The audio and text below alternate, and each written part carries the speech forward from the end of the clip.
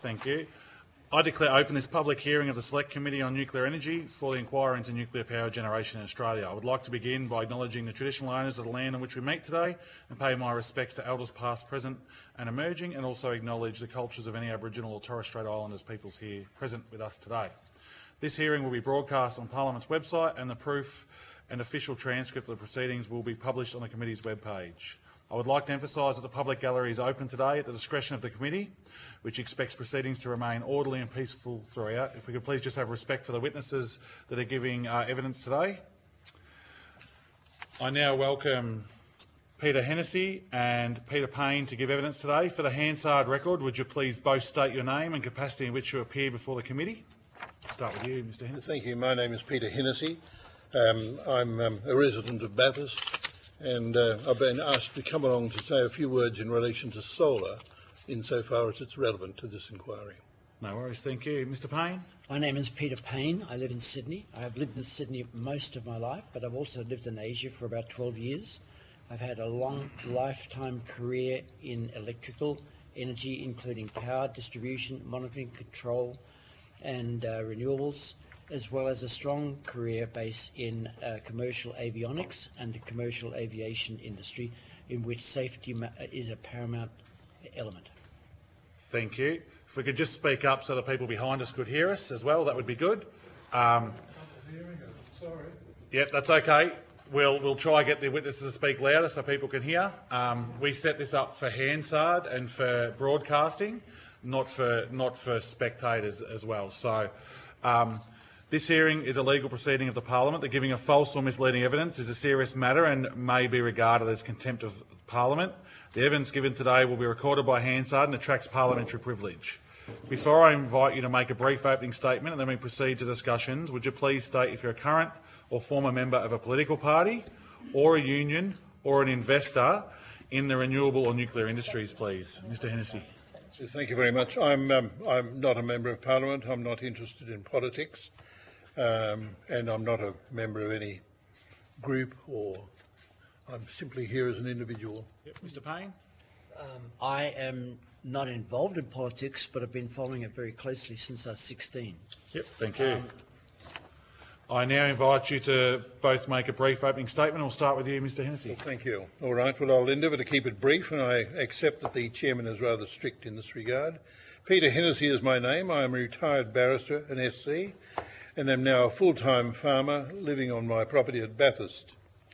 I have practiced conservation, planting thousands of trees and creating wildlife corridors through my property. I believe I am truly green. I want to deal briefly with the State Planning Authority rules in relation to solar. The State Planning Authority rules were originally designed for a proponent and a community consulting, and both sides acting fairly.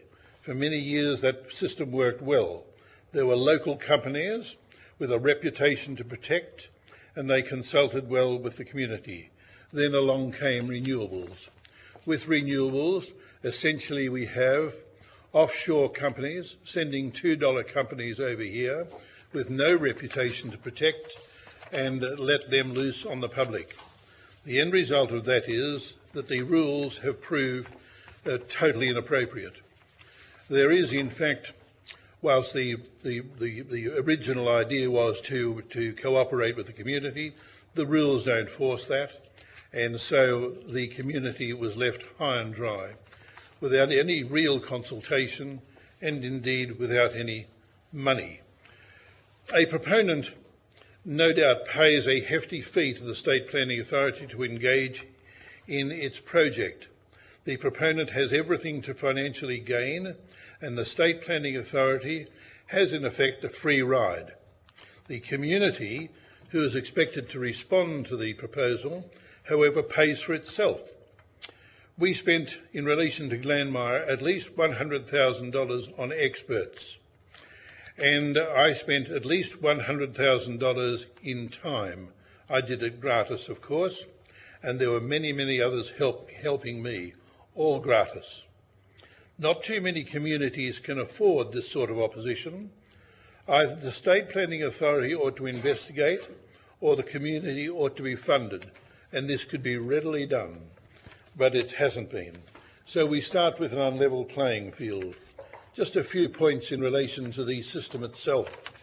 In relation to the system, when fighting a solar proposal, we are not allowed to refer to renewable energy zones. These are zones created throughout the state.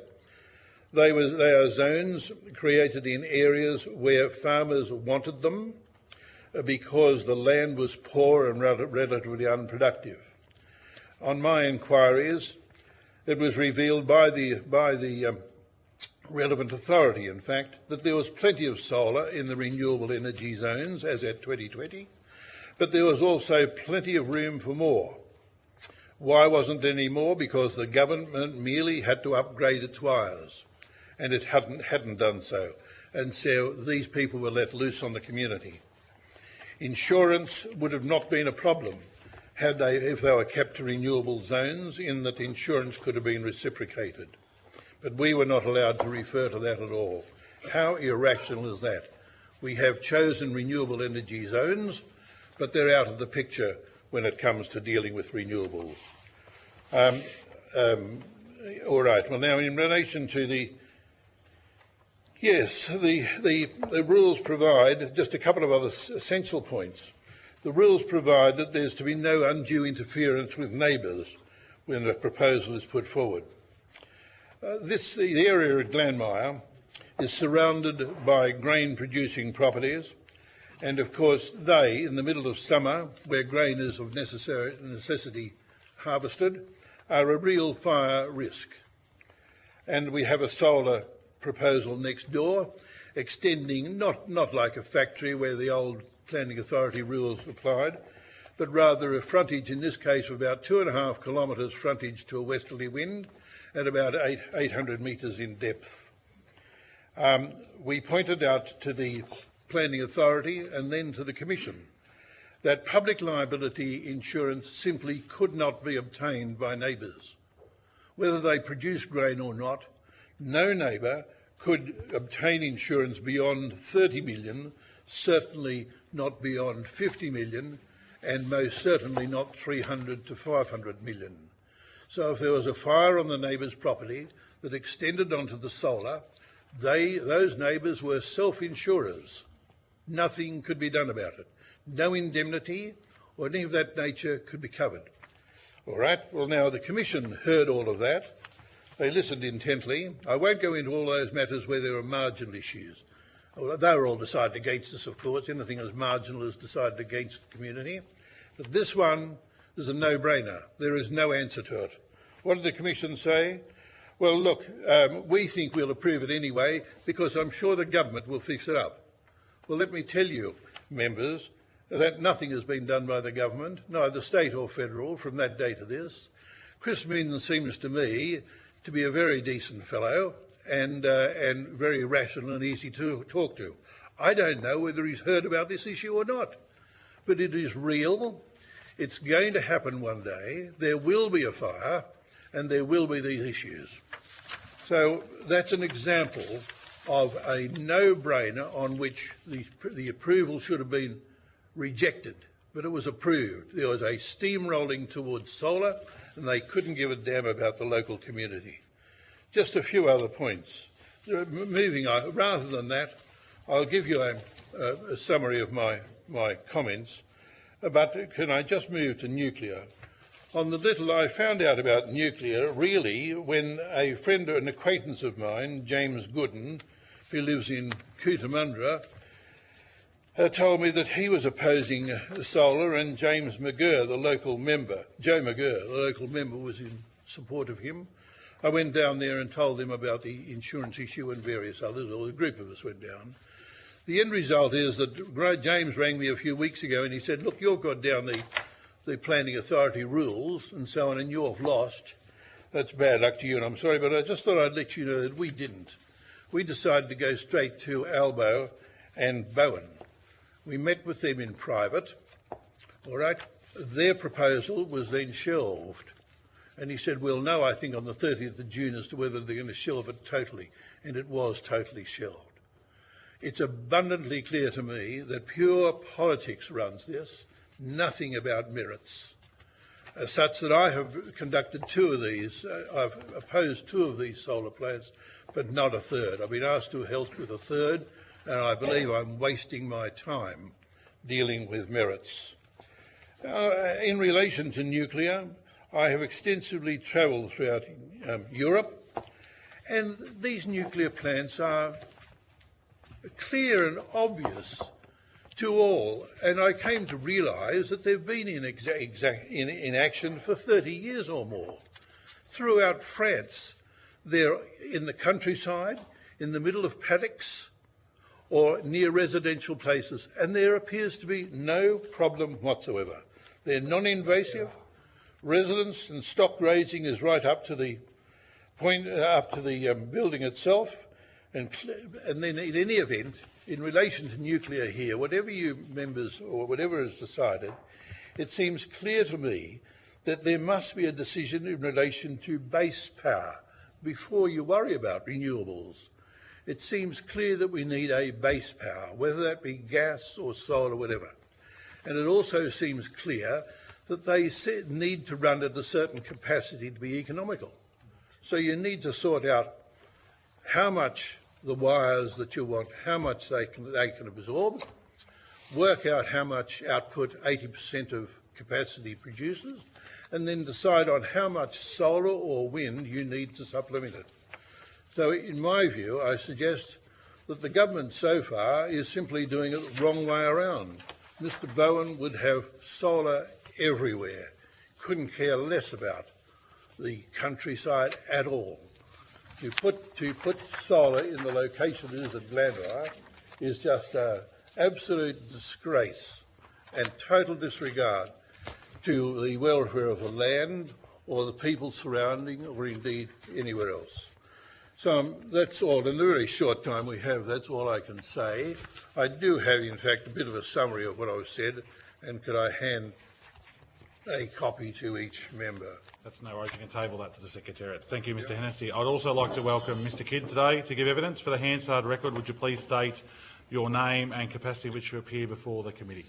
Reg Kidd, New South Wales Executive Council, and I chair the New South Wales Transition to Renewable Energy Task Force for New South Wales farmers.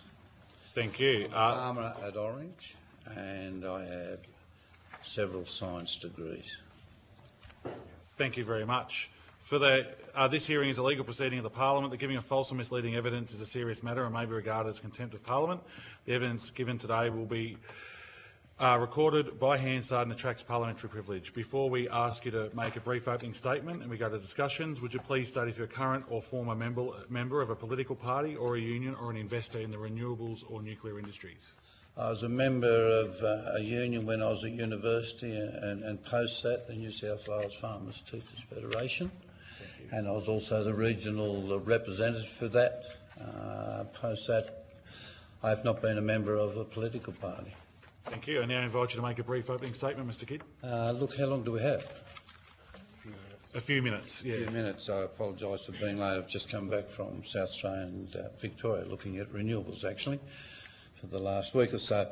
Look, I think the most important thing with New South Wales farmers is that we're looking at the transfer into renewable energies, and we want to look at facts and not fiction on renewables, on what they can do, and protecting our very, very valuable agricultural and horticultural soils that are very, very minimal within Australia. And we see that food and fibre production is probably the ultimate thing for the success of any nation into the future, because people have got to be fed.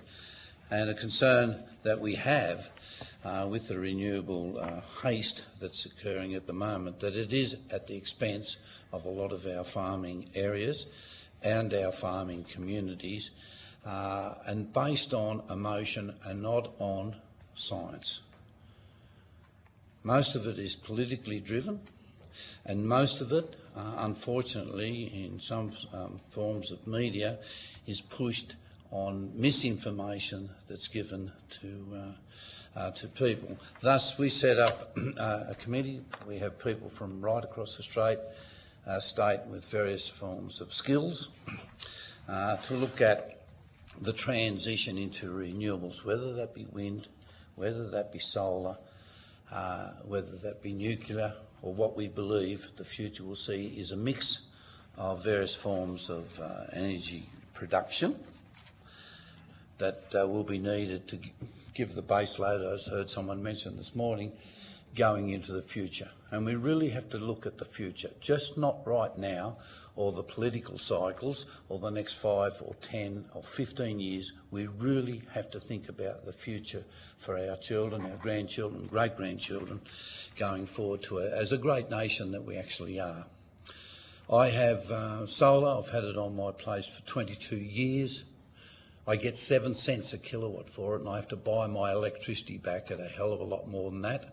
I know my solar panels are only about 30% efficient to what they were, and I do know right at this very moment who will recycle those panels when I have to remove them sometime next year when I can afford it.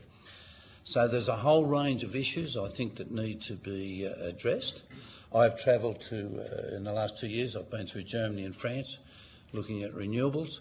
And also earlier this year I was in Washington DC, New York, and up into Canada, particularly looking at renewables, but in fact nuclear.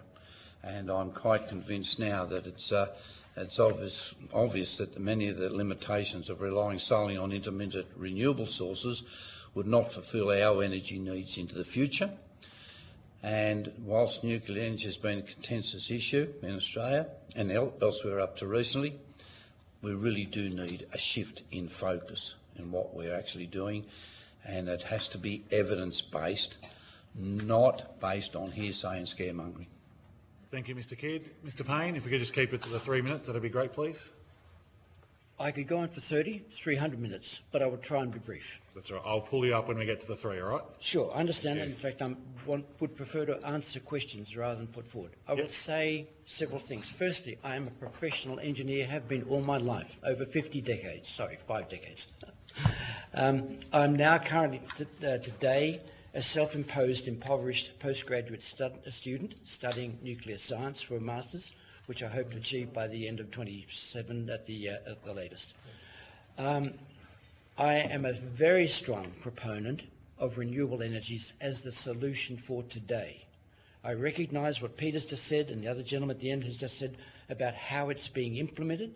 I do understand there are environmental issues, there are regulatory issues, there are all sorts of implementation issues, but we are living in a time of transition, like going from horses to motor vehicles, which only happened in 10 years, but was a massive change. And we are going through that now, and it's very uncomfortable for some people. I have a lot of sympathy with the people on the land who are dealing with these issues right now, but for their exponent, as they and the member opposite me, Mr O'Brien, have stated publicly as being in support of the nuclear industry as it is today, I strongly object to. There is so much misinformation being put out about what nuclear can do for us today, and I take exception to this, that we should not try and pivot to nuclear as it stands today. We're in a point of change, of inflection in the technology, and it would be a massive disservice to Australia to go down the path of boiling water reactors or pressurised water reactors, light reactors. They have inherent unsafeness about them. They are not inherently safe because of the physics and the chemistry. And the industry hides a lot of dirty little secrets, like where does the enriched uranium come from in order to provide the fuel? More than 50% of it in the West comes from Russia or China, and I will not give up my sovereignty for us seeing our free energy being given across as in money form to Russia, who I would suggest is not particularly stable today in the path in which it's going. That is a mistake that the Americans made a long time ago. They're working towards correcting it. All of the high enriched that's being used in the more modern so-called Gen 4, and there have been no Gen 4 reactors actually built. They're certainly in progress, but they're all struggling to actually get the requirements defined enough and get it actually into commercial service. So we're stuck with this current thing. And to implement it now, Ted, sorry, you are totally wrong, and I totally reject all of the public statements that you've put out about nuclear energy. You're misinforming the community. It is therefore also a total mispurpose to ask politicians to decide on which form of technology. I agree you've got to take into account public opinion and the values, but the decisions have got to be values-driven and engineering rationality-driven and not driven by ideology. So that's the brief statement. Thank you, Mr Payne. And we'll go to the Deputy Chair first, Mr O'Brien. Thank you, Chair. Thanks very much, gentlemen, for appearing today. I might start with Mr Hennessy and Mr Kidd. Both of you did make comments about the lack of community engagement and local community consideration with the rollout of industrial scale renewables across this region. Are you aware that the Australian Energy Infrastructure Commissioner had completed a review, is actually now the former Commissioner Andrew Dyer, which surveyed regional communities, identifying 92% being dissatisfied with community engagement. Since then, the Albanese government has not taken any action in this regard. Do you see any reason, have you seen any action to improve the treatment of regional communities? Yes, well, if I may deal with that. I did. Towards the end of the process in relation to Glanmire, there was a publication to that effect, that in fact 92% took an adverse view of solar. I related it to solar at Glanmire, in fact. Look, you come to realise then after a while that merits go out the window and politics takes over. We have, Bathurst is a wonderful city. It's historically a railway town and it's very, very good. I love being there. On the other hand, we do have a left-wing council. There's been a real attempt to change that, all right, in recent council elections and so on. The point about that is that the council were told about this. The council were interviewed by the Commission, and if you read their responses, it was totally biased. They said we wanted it for employment. Then, in fairness to the Commission, the Commissioner asked, there's a transcript of all of this, well, you say you need it for employment, all right, well, is there a shortage of work here? No, the response was, in fact, we are 100% employed. So in fact, you'll have to bring people from out of town to deal with this. That was the sort of answer, a nonsensical answer, all right, to any council who was supporting solar. In relation to my insurance points, the town planner said to the Commission, I don't understand Mr Hennessy's point. Well, let me tell you, he is the only one since who doesn't understand. Our town planner still refuses to understand. My point is well made.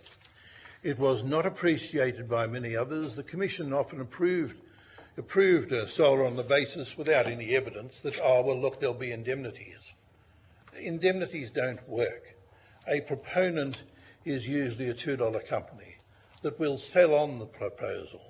So you have, and indemnities are personal agreements. So one has to police a personal agreement going from the proponent to a purchaser.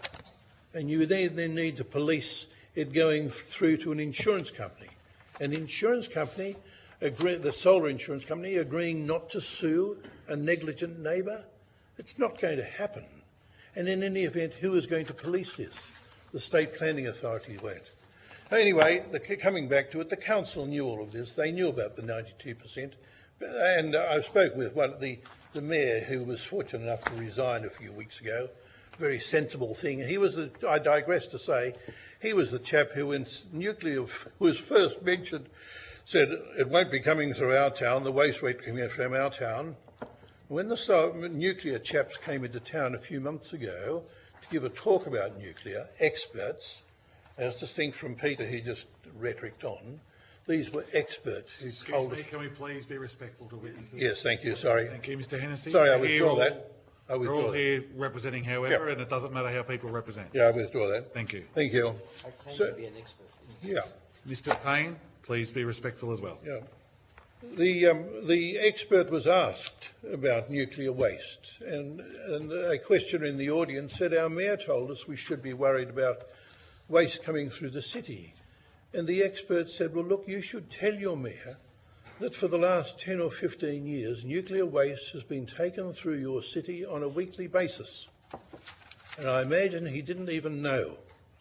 So I suggest your mayor do a bit of reading before he makes those comments. The point about that is that the great problem with these debates is that people take a political point of view. And in that sense, I agree with Peter. Politics should be out of it. Experts should be got together and sort these things out. So I do know about the 92%, and as far as I'm concerned, nothing has changed at all. Mr Kidd. Yes, I've met Mr Dye, I should say, and I've had a lot to do with that report and other reports that really do highlight the fact that the engagement with communities has been basically non-existent. You can quote 2 or 3 people they spoke to. I've been to so many meetings throughout New South Wales in particular, in various communities where people originally were spoken to.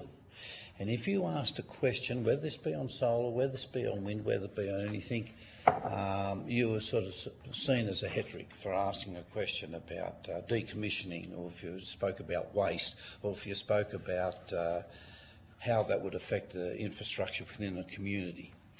Finally, there was recognition that things were really slowed down because of lack of engagement, genuine consultation and engagement. Do I think it's improved?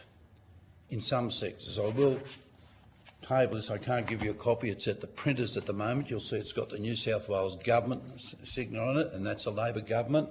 We have Queensland FF, New South Wales and Energy Co.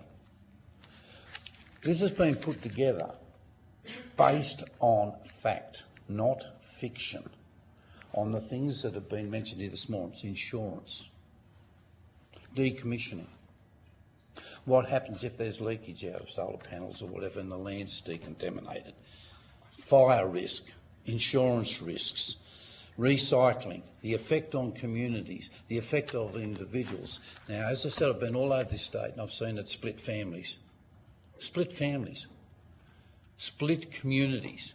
Communities guaranteed that, oh no, everything will be good for you and it will generate employment. Yeah, 5,000 people around Marywall for 10 months constructing something, then disappear and it's all run electronically. That doesn't generate employment in the area. How many of the farms don't longer exist? What happens to the roads around that area, just as example? So I think this has been an attempt by New South Wales farmers to get genuine engagement. There will be an MOU with it, with the government department, on how we work in these regions on fact and on a contractual agreement on what they do and getting people proper information so they can make an informed decision, not based on emotion, not based on threat. I had a phone call this morning, one of the reasons I was late, I will tell you. A person in another area from this still has a belief that they can have their land resumed for renewables. Now, they're mixing that up with transmission towers, they can, but it's a free choice if you want to put solar or wind or whatever, but it has another effect on the community. Seems simple, but I can tell you, I get around the state a hell of a lot, and I can guarantee you some very, very intelligent people are absolutely being hoodwinked about what can happen and what can't happen, that we need to put in front of them. So we're hoping, you know, we've got something that's not just for farmers, by the way. This is for people within communities, and I've spoken in a lot of communities about it.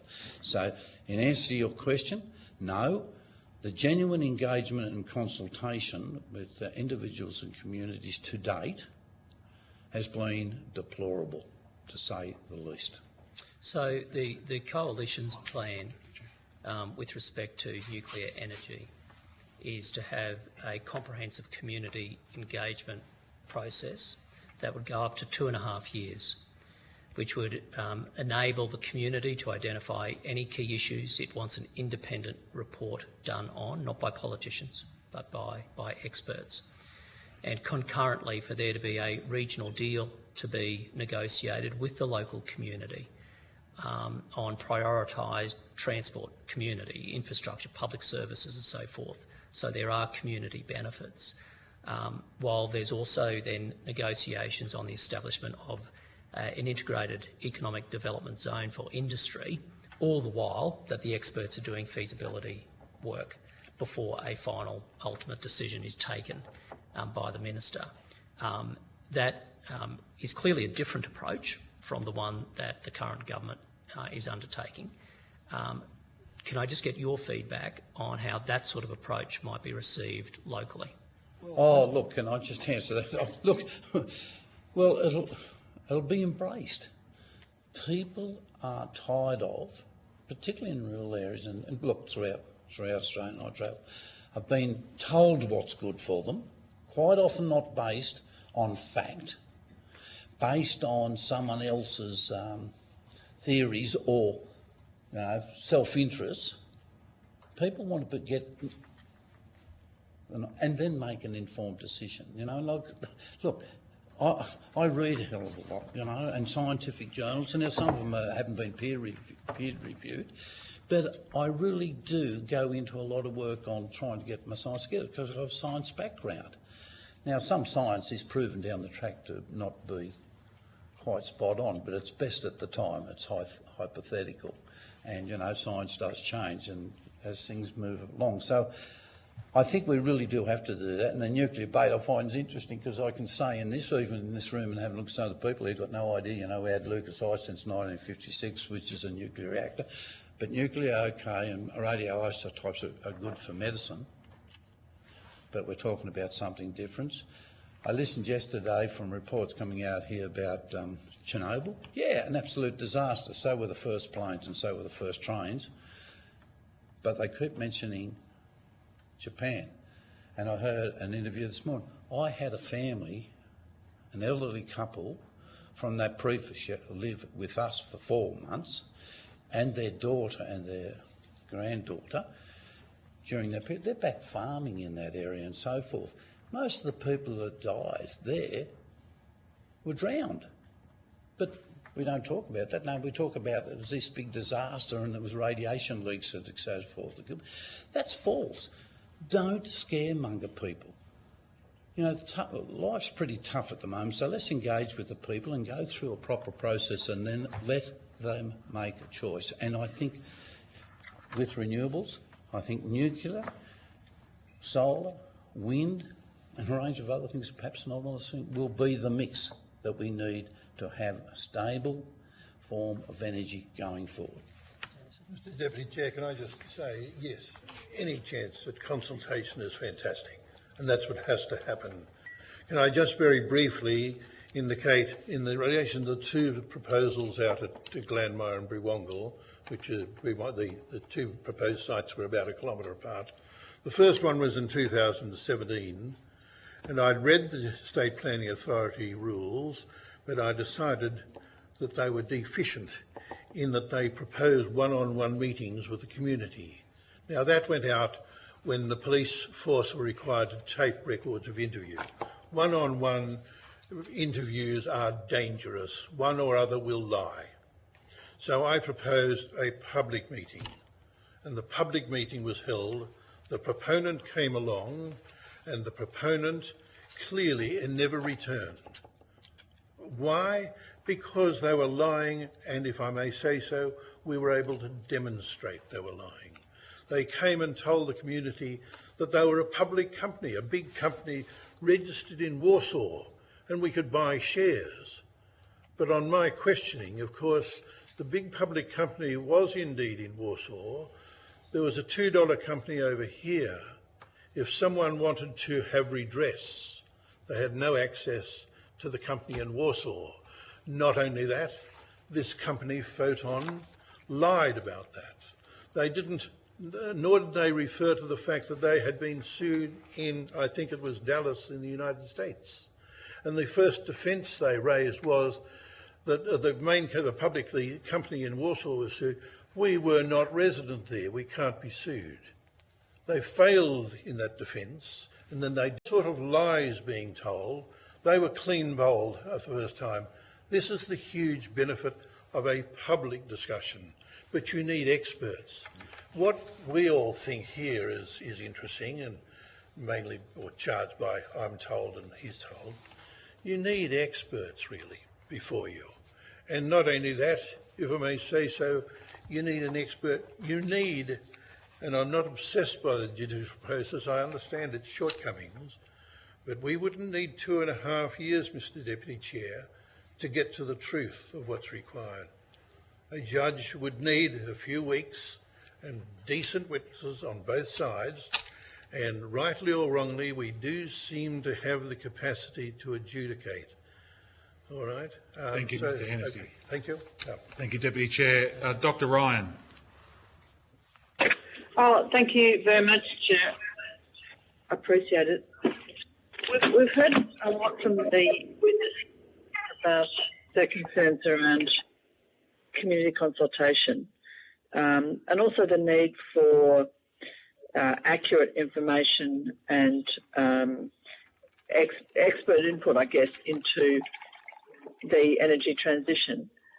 I'm just wondering, just because we're hearing a lot from the political parties about their lack of faith in the information, particularly the coalition, about their lack of faith in the information presented to them by scientific organisations, whether the witnesses can tell us what sort of information they think would be acceptable and credible to their communities. Well, I might start by saying I found just recently, and I can say I admire him as being a very, very good journalist. Chris Ullman's program that's just on recently on energy, I found that quite enlightening. You know, he went through and sort of a whole range of issues that people should think. I also have seen a thing in the States called Nuclear Now, which was quite good. It was talking about pros and cons, risks, future of it. Another thing I've read is Apocalypse Never, and it does say to me one thing, that, you know, I'm no expert on it. I'm learning all the time. But certainly I even believe now I've got a better handle on it than some of the stuff that I actually do have pushed at me or thrown at me on behalf of our members, you know, and that's quite important. I represent people from all sides of politics and right across the state and all sorts of processes, and I think it's quite important for them that, you know, it's got to be a level playing field. And as I said, that will be, and Could you table that to the Secretariat, either email copy or something like that? Yeah, look, I'll have to spare the printers to make, because that's got draft on it. It was based on what was done in Queensland, and I can tell you that the Minister, that is the State Minister, is very, very keen to see this get out and in the hand, to get it handed to people, because we're still waiting on some questions like on insurance, which we can't, recycling and decommissioning. So it'll be a working document and upgraded. So I think, in question to Dr Ryan, as I said, it depends on people's expertise, but, you know, and the sort of information that's given to people. And I think the world is full of misinformation now, not information. The issue of insurance has gone on for so long. I think if I may say so, was the first one to raise it in a real way. But it's gone on. Our local member at the time was Paul Toole, who was then Deputy Premier. I raised it with Paul. He was excellent. He was all in favour of us. But what he did when he was in politics, I do not know. It wasn't heard of again. Our friend Sam Faraway has been excellent, but he's not in power. He tells me he's raised it with the relevant minister, but nothing has happened. Now, the answer is easy. If someone was to ask me, as best I can, the answer is easy at the moment. and I don't want to take up too much time, but if I can illustrate by way of insurance, if your vehicle and mine collide, two different insurance companies, they don't sue one another, they've got a knock-for-knock agreement. If a semi-trailer collides with my car, the knock-for-knock agreement probably doesn't occur, so one company sue the other. So there is the knock-for-knock agreement. If all of these solars were put together, for example, in the renewable energy zones, I have no doubt that, like insurance companies, would sort it out. But if you try to mix not only a renewable but a commercial insurance company with a rural setup, it doesn't work. So the immediate answer is obvious. Stop these outside the zones, put them in the zones, and the solars will work out between themselves, insurance. But no, I don't know whether the politicians must think it's not going to happen. They must think there's not going to be a Lismore, there's not going to be a Pink Bats, and there is not going to be a case like mine. I did several fires worth millions of dollars for farmers when I was at the bar. These issues are real and they will occur. So that's that. All right, thank you. Thank you, Dr. Ryan. We'll just go to Mr. Burnell for a quick question before we finish up. Thank you, Chair. There's been a lot of talk about facts and fiction this morning, and this is a yes or no answer response, please. It could be, please be yes or no, because we are at a Yeah. Do you regard the CSIRO to be a facts-based organisation? Yes or no? I know it's not. Okay. Sometimes. And yourself, Mr. Payne? I have a lot of faith in the CSIRO. Sometimes they are guided by forces where yes or no. results So will they're be either a shaped. facts-based organisation or they're not? Yes, they are a facts-based organisation. Yes? Who Okay. pays the piper chooses the tune. Thank you. Thank you, Mr. Burnell. Thank you for your time today. If you've been asked to provide any additional information, including questions on notice, please forward it to the Secretariat by Friday the 10th of January 2025. Please note that responses to these questions will be taken on notice and will be published, will be taken on notice, will be published on the website as submissions to the inquiry. You will be sent a copy of those transcript of the evidence. To assist you with answering questions taken on notice today, you'll have an opportunity to request corrections to transcription errors. Thank you very much for your time. I'm sorry we only had limited time, but this is all we've got in these hearings, and we do only have limited time. So thank you very much. Can I add these to the papers? You could take, that's in there already, tabled already. Oh, excellent. Yeah, thank you. And if you could table that once you get, That's the draft. yep, once it's, can you let the Secretariat know, please, once it's ready? Yeah. She can have that one. If you could email a copy. Yeah, I can get that. Yep, email to you. thank you. And when it's ready to be put out publicly so that we can see it. Friday. Yep, excellent. Thank you. And so,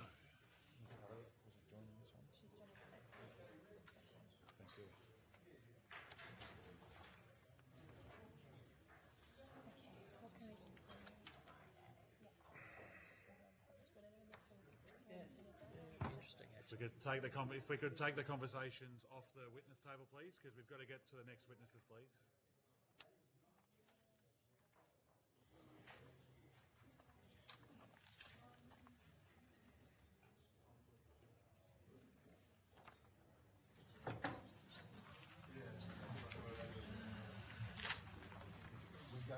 Yeah, thank you. Cheers, thank you very much.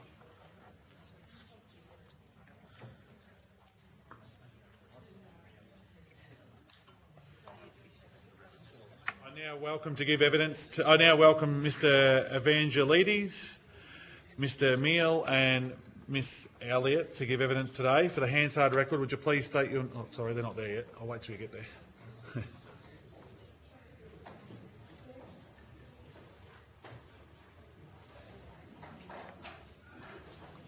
So Miss Elliott is with Miss Evangelidis.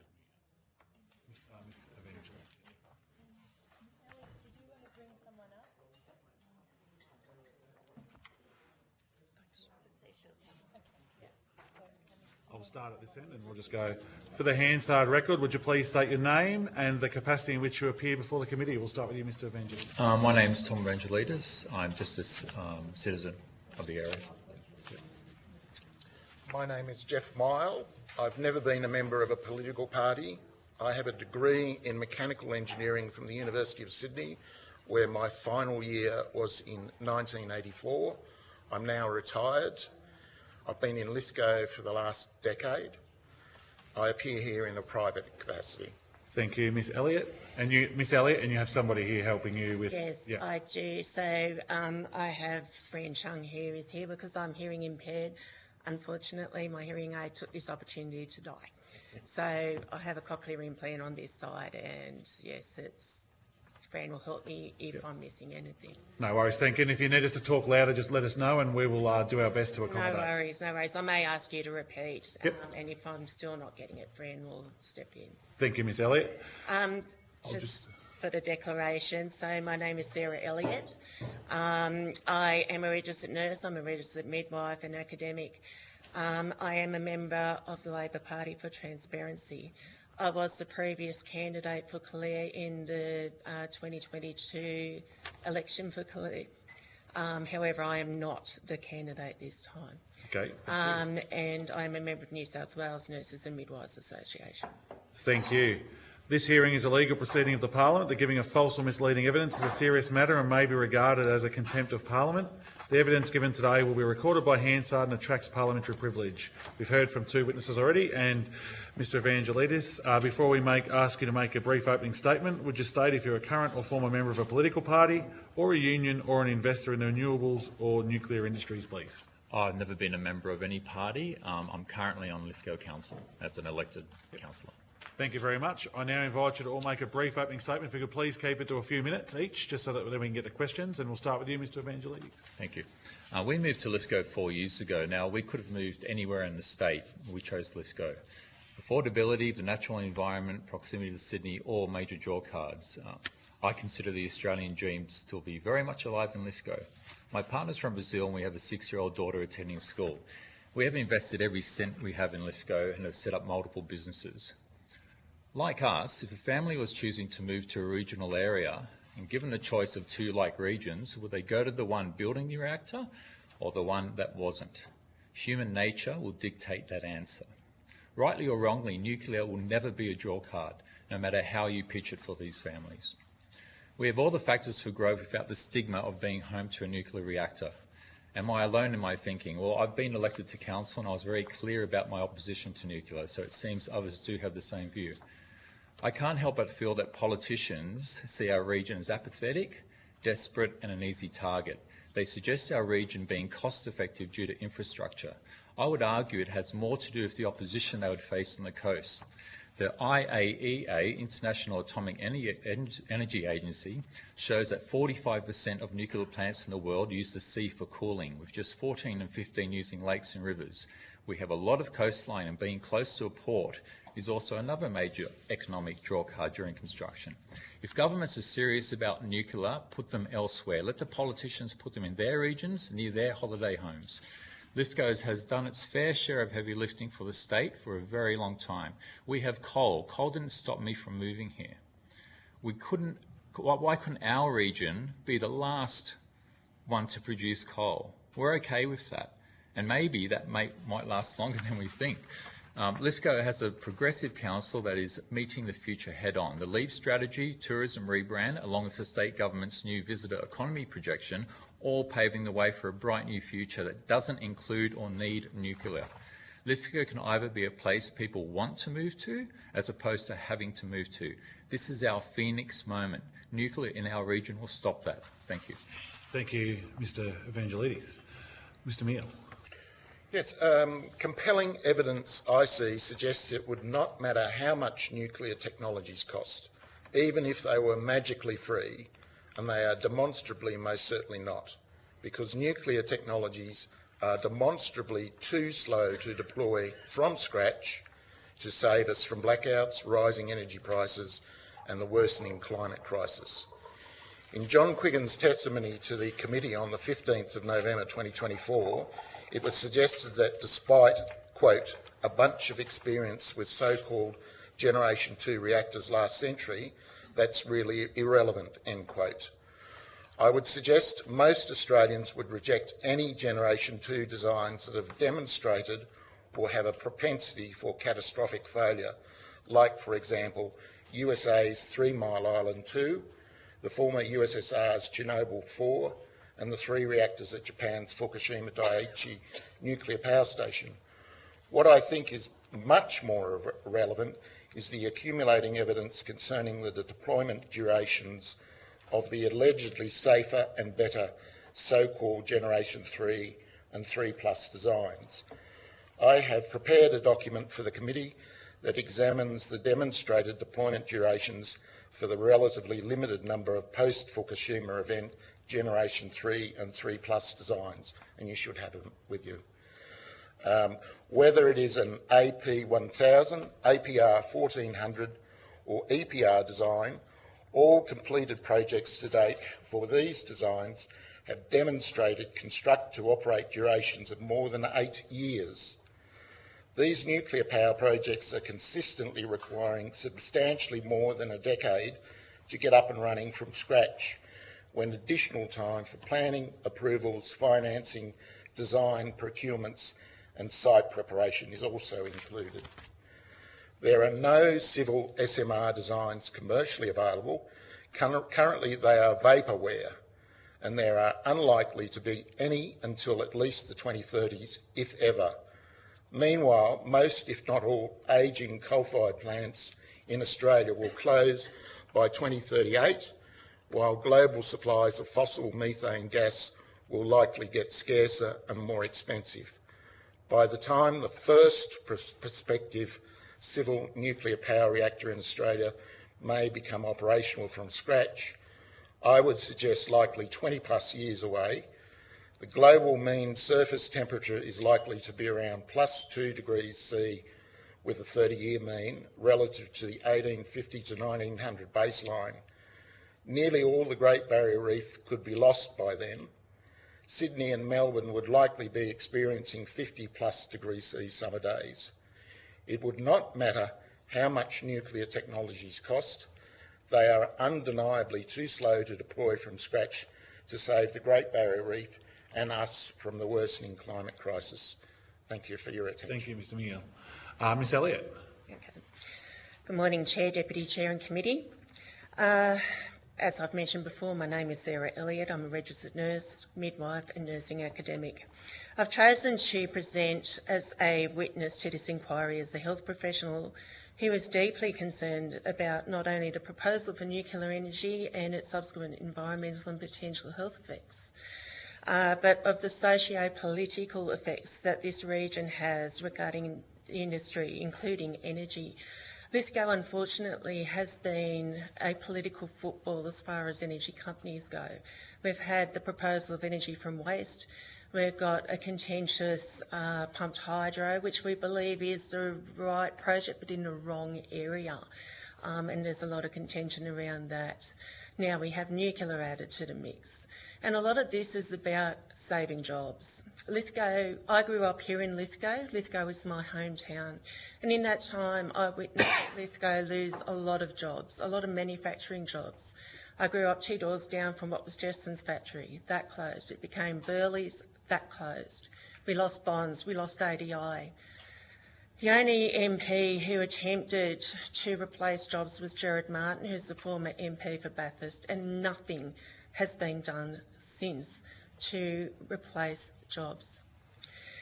The problem with this is that it has created a very disenfranchised community, a community who is very susceptible to conservative ideas of we're going to save your mining jobs, we're going to save your coal-fired jobs. But the reality is that we are going to be closing mines, and Mount Piper Power Station has been earmarked to close at 2040, and that was brought forward by 5 years by Energy Australia, and we've known about this since prior to the last federal election. So it does concern me that our town has become extremely polarised on the subject of nuclear energy, on the subject of renewables, to the point where whenever people hear the word renewable, or if they even hear the word solar, they actively shut any discussion down. We have a lot of potential to have new industry here in Lithgow. Lithgow is the birthplace of steel. It's been the birthplace of refrigeration, and we could be the birthplace of the very first solar train, a world-first solar train that was designed here in Lithgow and is running up at Byron Bay. We are canvassing right now to have the solar train potentially built here in Lithgow, and there is international interest. We need to look at the potential industries that renewable energy can bring. In terms of health effects, we do have the considerable concerns regarding health effects of, transport of waste, even through the Blue Mountains. Whether or not this is going to be guaranteed to be safe, the guarantees of safety with a nuclear power plant, will it contaminate water sources or not? And also the storage of energy waste. And meanwhile, people will say it's only a tiny amount. I mean, it takes centuries to break down. It's like a bank deposit. I mean, the more small amounts you add to it, it develops in interest, doesn't it? So you end up with a bigger problem where renewable energy has no waste.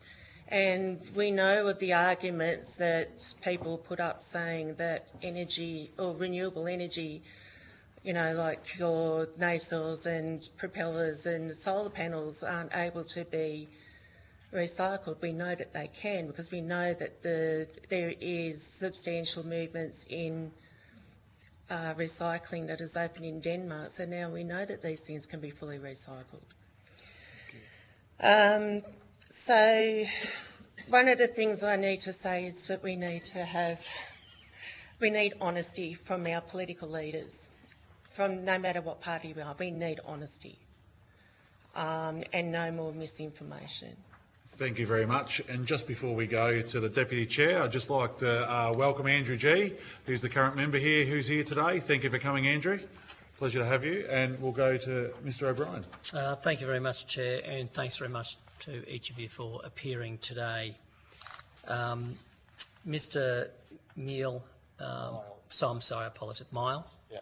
Apologies, Mr Miell. Mr Miell, you pointed out that coal is likely to close by 2038, and that is right, according to the Albanese government's coal closure schedule. 2035, 90% gone. 2038, the rest is gone. Ms Elliott, you made the point that the local plant was its closure date was brought forward by 5 years. It's set to close by 2040. Mr Evangelidis, I'm not going well with the surnames today, am I? You made the point that coal's okay and the importance of coal to this community. So can I start with you with putting those comments together? The current plant, which the owners have said will close later than what the current federal government plans for it to close. So the current federal government's plan is to close coal earlier. Are you happy with that? The issue... I'm sorry, I'm starting with you, sir, given you were talking about the importance of coal to this community, and given you represent this community as one of their elected representatives, are you happy with the prospect of your local coal plant being closed earlier according to the plans of the Albanese government? Yeah, I wasn't suggesting the importance of coal at all. I was suggesting that it's kind of the lesser of two evils, and it's there and it's operating. And given that there are coal places around the world still operating, there's new coal technology, I can't see, and we export coal. So for me, it's just, it's logical to continue what we have if there's a window to do it. Now, I respect the government's decisions for climate change and all that, and that's fine, that's good. But I don't see nuclear as an option. Just so, because we are all on time. Oh, sorry, yeah. So my question is, on behalf of those you represent as an elected official here, are you happy with the notion of coal plants being closed earlier than what the coal plant owners have scheduled them to be closed? Are you happy with those coal plant closures coming early? Just before you answer that question, Mr. Evangelidis, you're representing yourself on a personal. Yes. You're not representing council, are you? No. Just confirming that, Deputy Chair, that he's representing himself.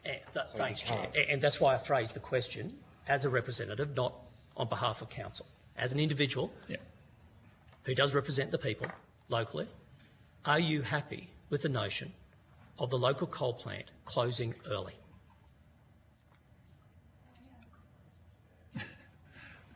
Do I have to answer yes or no?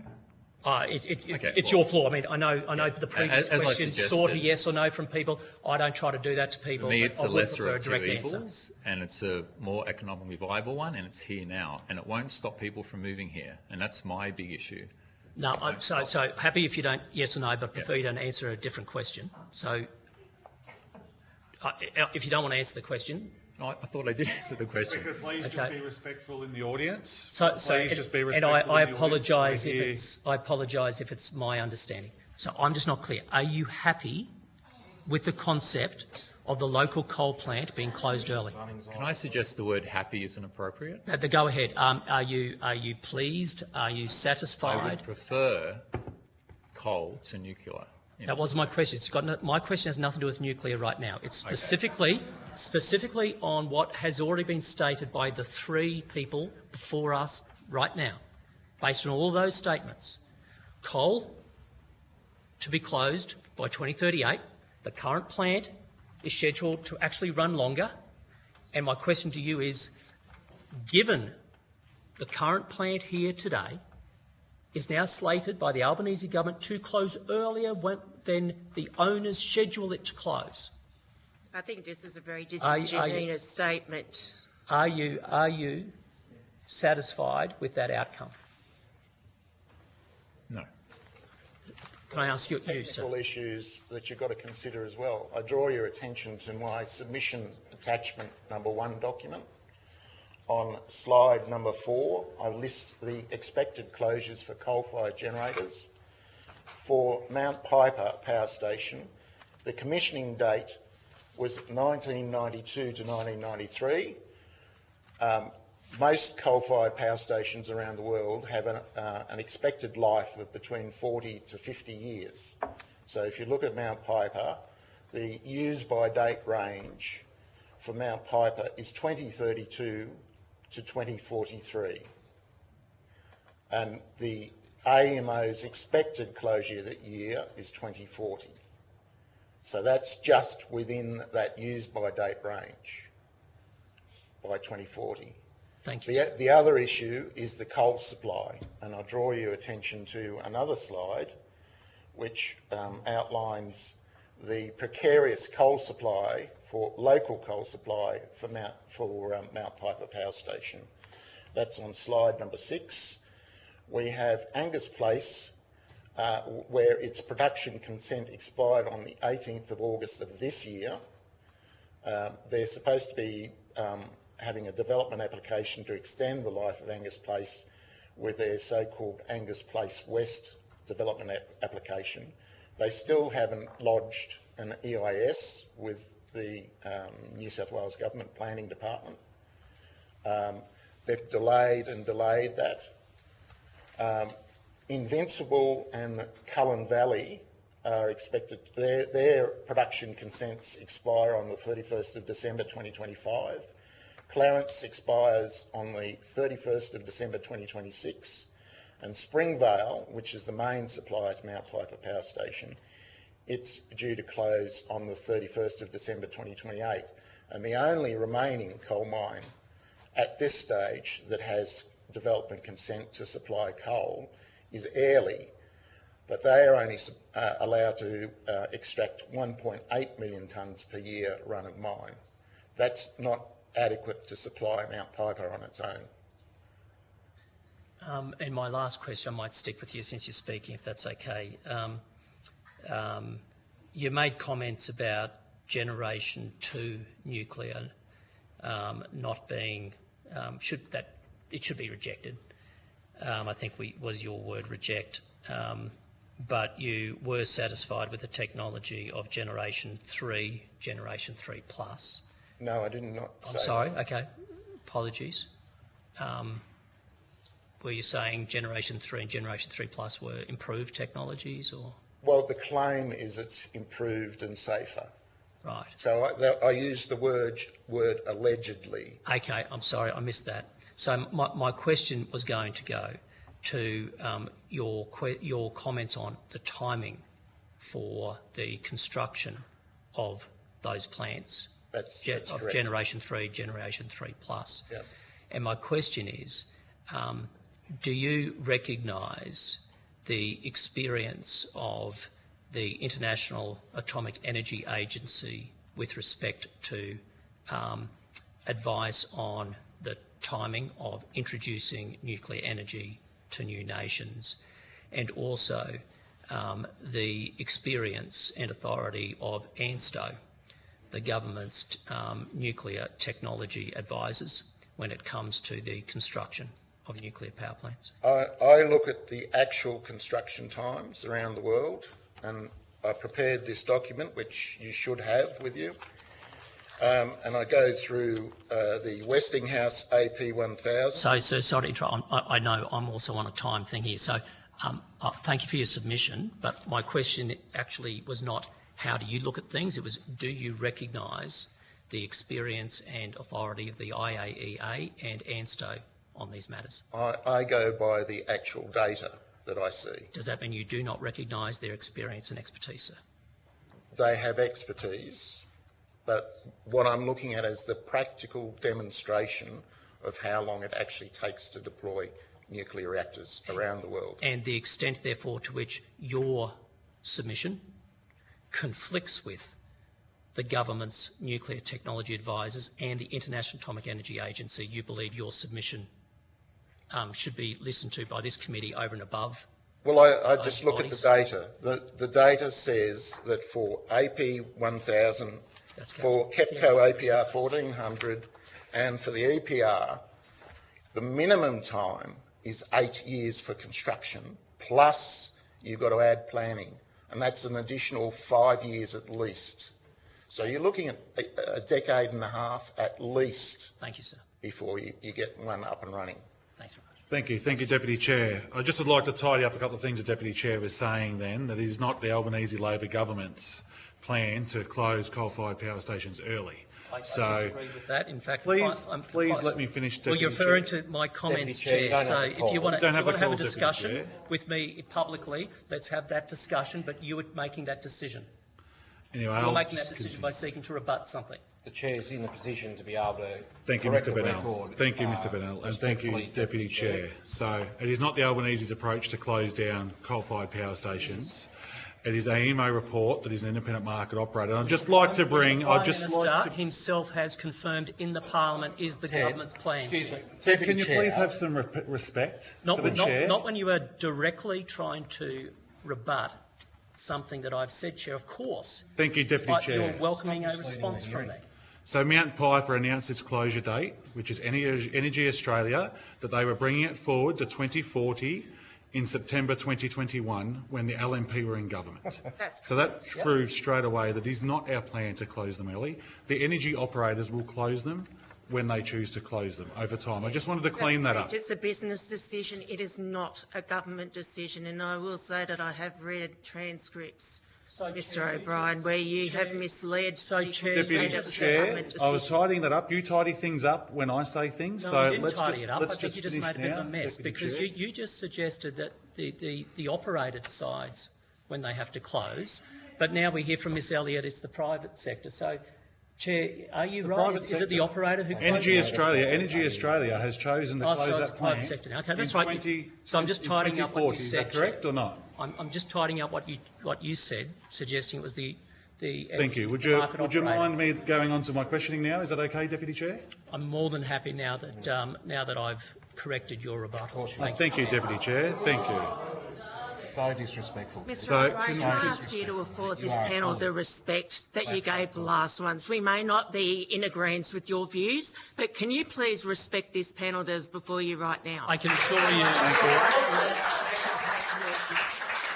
assure you, Ms Elliott, that this panel has... I'm disgusted with your behaviour as a representative. I can assure you that this panel has my full respect However, are not seeing it. However, where the chair has chosen to disagree with me publicly, I do need to take the opportunity to respond. Can we all please be respectful in the room, please? This is a contentious topic, so let's please be respectful and let's get back to the questioning to the witnesses so that we can move on, please. Great. Thank you. My question is, do you think it's disingenuous from the opposition to have a plan for jobs for this area in Lithgow when you guys have gone through job losses in this area, through power station closures, through coal mine closures?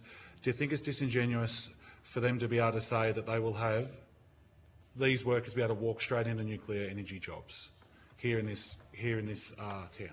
And we'll start with you, Mr. Evangelidis. Yeah, I do. The majority of jobs are highly skilled, and unless we've got miners getting nuclear physics degrees, there'll be some jobs, of course. I'm looking at more of the sort of industries that won't want to come here if it goes ahead. Thank you. Mr. Miell. I think you'd be looking at least 10 years of planning before construction begins. You might have site preparation before the actual, and I'll talk about the definition of when construction happens. It's the point at which you first pour concrete for the base of the reactor. So that's the dates that they specify in the International Energy Agency's Power Reactor Information System. So these dates that I have here for the construction start date, that's the date that they first pour concrete for the base of the reactor. But things have to happen before that happens. You have to dig the hole, you have to put all the formwork in, you have to put in all the reinforcement bars, you've got to do all the preparation for roads and everything before that, procurements for all the long lead items. So all these sorts of things, it's a minimum of 5 years for planning before you get to the construction start date. And for Australia, I would suggest it be much longer than that, quite possibly 10 years. And then if you look at what's happening around the world, you're probably looking at least 10 years of construction time, from the start of construction of the reactor base to when you actually start having full commercial operations. Thank you. Sorry, just quickly for you, Ms. Elliott. So I think that it's disingenuous to think that people working in a coal-fired power station can go straight away into working into a nuclear power plant, because they'll be closed before you have a nuclear power station up and running. Thank you. I'll just ask one more question because I'm on a time frame as well. And we'll start with you, Ms. Elliott, for this one. Do you think it's acceptable that we don't know whether Lithgow will be the first site that has a nuclear power station that's proposed by the opposition to be built, considering we don't know what reactors they're going to use, we don't know what size reactors they're going to use, we don't know how many reactors they're going to have on each site, we don't know what water they're going to use, we don't know how much they're going to cost, we don't know how long they're going to take to build. Do you think that's acceptable for the workforce here? Absolutely not. It's absolutely not acceptable. It's pie in the sky. The problem for Lithgow is that we need new jobs now. We can't look into the future of when nuclear power station might suddenly appear on the horizon. We need jobs now. And this is where we're having this polarisation in the community, where people have, become so politicised about it that they shut down any potential industry that renewables could bring. Thank you. We'll go to Ms. Ryan, Dr. Ryan, sorry.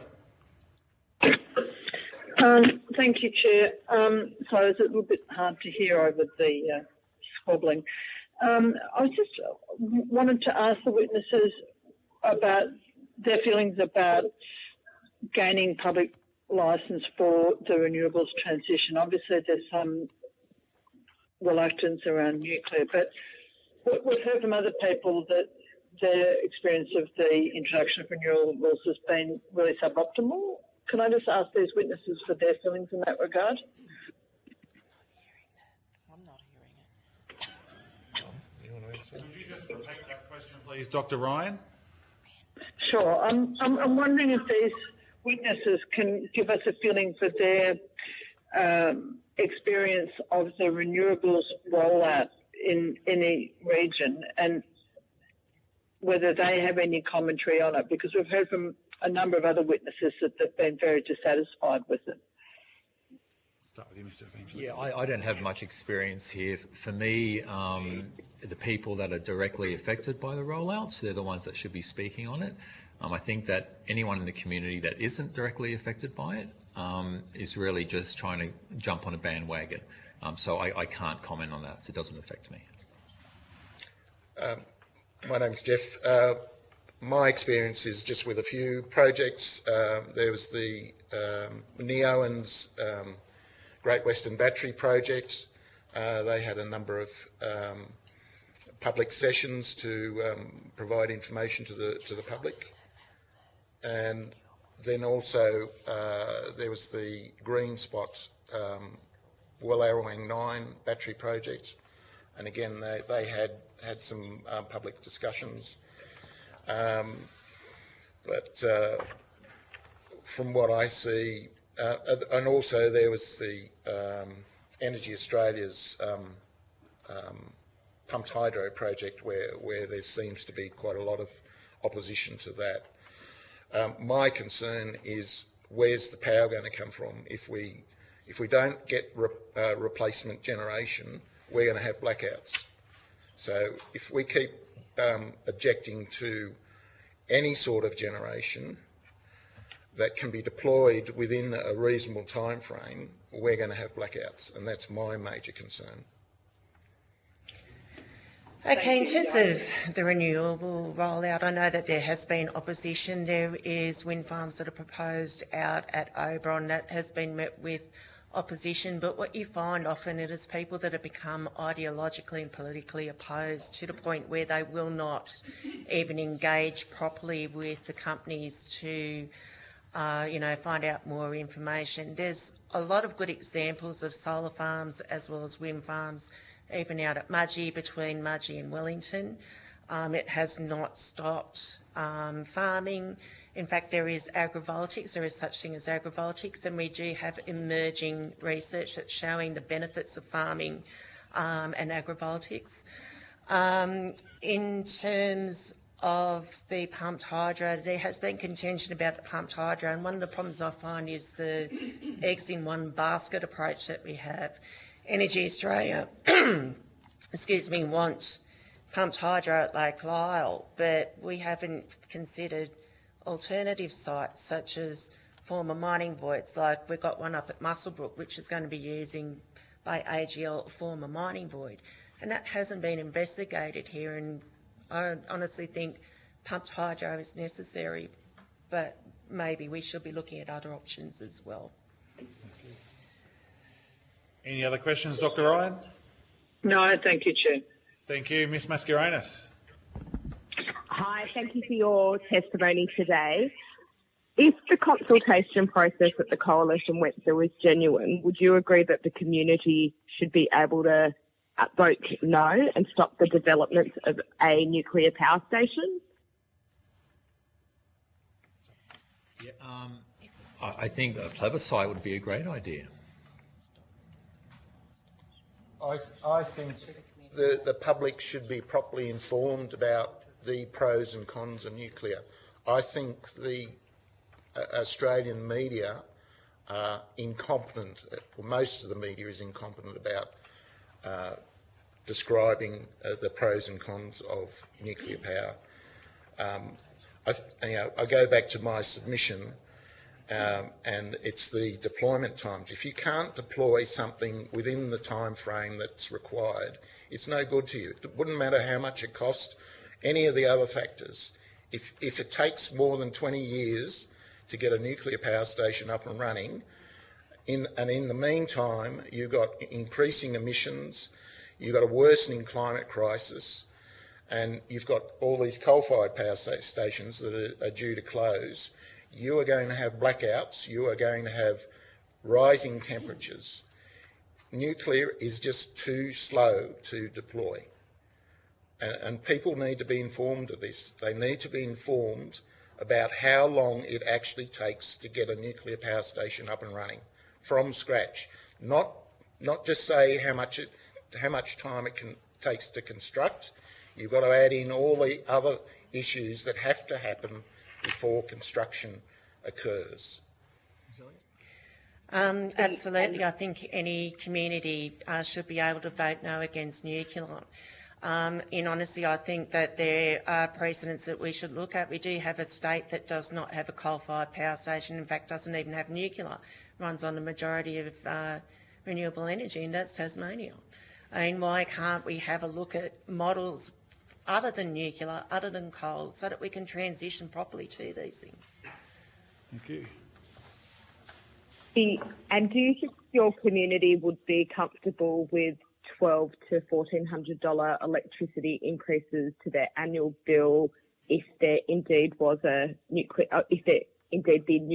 policies are implemented of the coalition? I think that any company, any politician that's promising cheaper prices for any form of energy creation is lying. The only way your bill is going to get cheaper is if you go off grid. You don't get a bill. That is the only way. I don't believe any promises about bills getting cheaper. I should clarify it. The modelling shows that electricity bills would actually increase, and the annual increase would be $1,200 to $1,400 a year. Well, no one would be happy with that. If that question referred to the coalition's plan, that modelling is not on the coalition's plan. So, Chair, could I suggest that question be rephrased, given that modelling does not reflect the coalition's plan? Could you just maybe I'll rephrase that? Cool, happy to do that.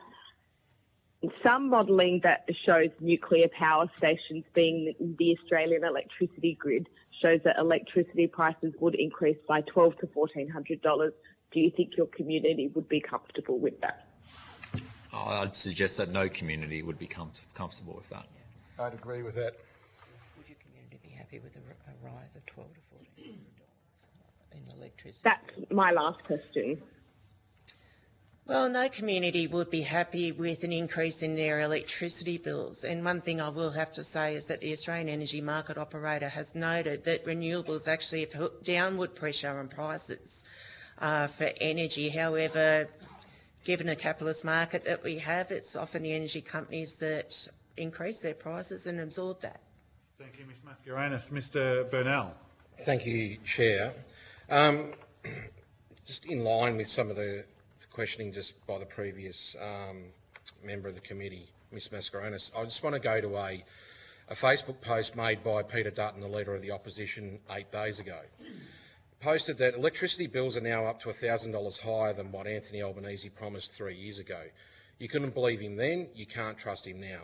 Australians deserve affordable, reliable and cleaner power, and that's what a coalition government will deliver. That's the post that he put up 8 days ago. Could you please table that, Mr Burnell? I'm happy to table that.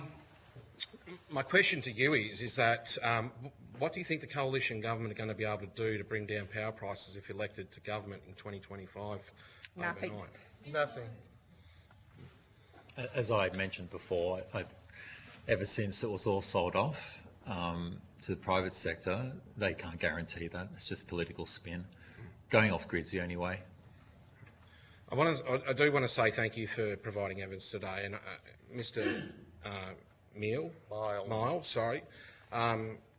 Your submission is probably one of the most well thought out submissions I've read so far throughout the whole of this inquiry. So, and I thank you for the fact that it is so clearly laid out. I want to go, I think it's page 32 of your submission. It talks about hurdles for nuclear projects in Australia and some of the legislative issues that we are likely to encounter.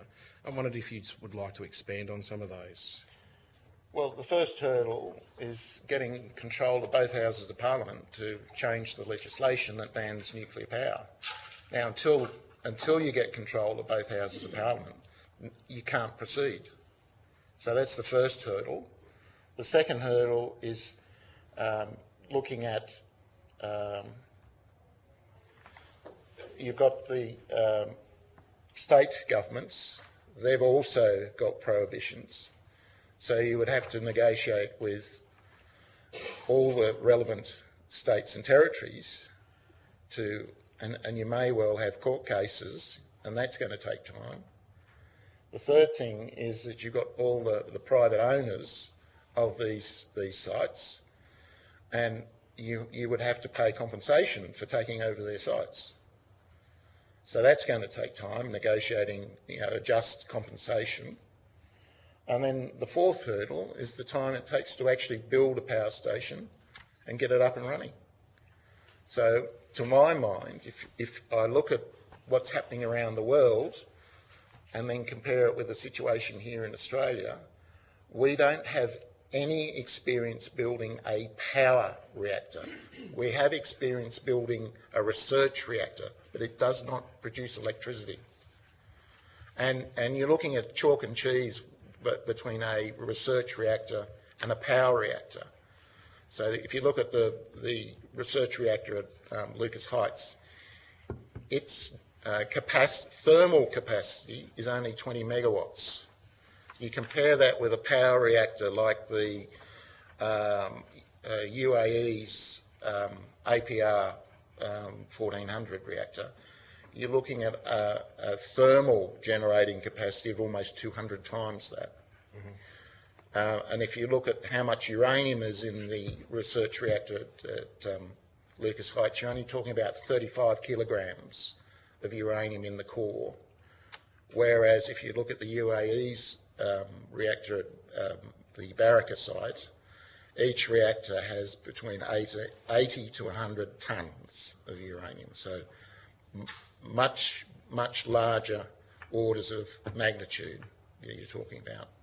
Much bigger things that you've got to have, much more complication. And that all takes time to build. Final question, Mr. Burnell. I'm going to go back to social licence because I think it fits in with part of what we started talking about then. And we've heard from other questions about the way in which we undertake social licence and the community consultation piece. Do you think it's of utmost importance that the communities that have been slated, the 7 communities have been slated to host potential nuclear power generation sites, should be given the right to veto as part of that consultation process? Absolutely. Yes, I agree with that. Absolutely. Okay, thank you. Thank you, Mr. Burnell. Thank you for your time today. If you've been asked to provide any additional information, including questions on notice, please forward it to the Secretariat by Friday the 10th of January 2025. Please note that responses to questions on notice will be published on the website as submissions to the inquiry. You will be sent a copy of the transcript of your evidence to assist you with answering questions taken on notice today, and you'll have the opportunity to request corrections to transcription errors. Thank you very much for appearing before us. Can I suggest you read this book by M.V. Ramana, and I may also suggest that you get in contact with him and perhaps have a discussion with him. Could you please just forward that to the Secretariat of who to get in touch with there, and the Secretariat will forward that on to us. He's one of the co-authors of the World Nuclear Industry Status Report. Thank you very much. Thank you. Thank you.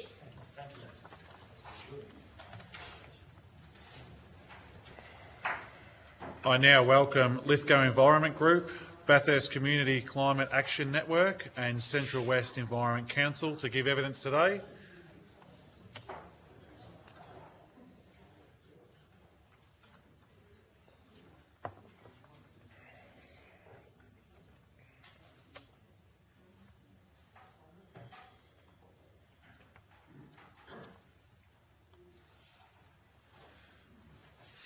For the Hansard record, would you please state your name and capacity in which you appear before the committee?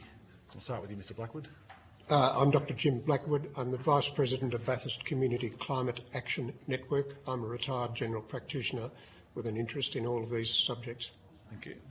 My name's Nick King. I'm the President of the Central West Environment Council, which is an association of 14 environment groups throughout the Central West and basically in the Arana region. Thank you. My name is Thomas Ebersol. I'm Secretary of Lithgow Environment Group and I'm speaking on their behalf. Thank you. This hearing is a legal proceeding of the Parliament. The giving of false or misleading evidence is a serious matter and may be regarded as contempt of Parliament. The evidence given today will be recorded by Hansard and attracts parliamentary privilege. Before I invite you to make a brief opening statement, then we proceed to discussions. Would you please state if you're a current or former member of a political party or a union or an investor in the renewable or nuclear industries, please? Mr. Blackwood. Dr. Blackwood. I have previously been a member of the Greens, not currently a member of any political party, and have no financial interest in any of the topics to be discussed. I'm not a member of any particular party, a political party, nor have I any financial involvement in any renewable energy or any other form of energy. Cheers. I'm a member of the Greens and I have no financial interest in any of these issues. Thank you very much. I now invite you to all make a brief opening statement. If we can keep it as short as possible, a few minutes, so that we can get the questions, that'd be great. Thank you. And Dr. Blackwood, we'll start with you. Thank you very much. Bathurst Community Climate Action Network was formed in 2007, which is quite bizarre. 17 wasted years. Our brief is to raise awareness of climate change and the impacts that it's having on our community and seek to do something about it. We're a group from many, many backgrounds and many age groups, and our concerns are very genuine. Our major concern is the time factor involved. Now, we regard it as being almost irrelevant to discuss the pros and cons, the pluses, minuses, risks, benefits of nuclear energy. The issue is we need to do something now. Climate change is no longer something of debate. It is happening and it's impacting now. The big thing is the rate that the change is happening. It's getting hotter and hotter, more energy in the atmosphere, much more quickly than anybody had ever anticipated. Every metric of climate change shows that things are getting worse and worse, and we can see that. You only got to watch the weather report at night. Hottest November on record, hottest year on record, ocean temperatures around Australia being 4 degrees more than they should have been. And in Bathurst and Orange, we're living in a bit of a fool's paradise. There's been wonderful rainfall, the whole thing looks fabulous, but it's not going to last. Lithgow is actually at the cutting edge of the challenges facing our world and Australia. It's firstly facing the demise of any of its economic base from fossil fuels, but 4 years ago here, this whole town was surrounded by an inferno, a raging inferno. All the hills are afire, and so those two things are basically what's confronting all of us. The issue is we need to do something now, and we need to do it in a time frame that is going to make a difference. The time frame for the most optimistic nuclear power, and we heard from the previous speakers, doesn't allow us to do away with our fossil fuels. Our world is going to cook. Now, I'm a retired general practitioner. I grew up in a small country town, went to a country high school, and then practiced for 40 years as a GP in Bathurst. And I might add that Bathurst and Lithgow are sort of part of the same community. We regard ourselves as being part of this area. So my connections with my fellow man are very, very deep. I was an old-fashioned GP, cradle-to-grave stuff, and formed deep and meaningful bonds with lots of people. Since my retirement 8 years ago, I've been involved in a range of community activities, and I've always nailed my flag up as being concerned about the world that I'm in. I've been a conduit, as it were, for people expressing their concerns about all sorts of things for most of my life. And the numbers of people that express their concerns to me about climate change now is really very significant. And many of them aren't people who are brave enough out in the community to voice that to anybody else.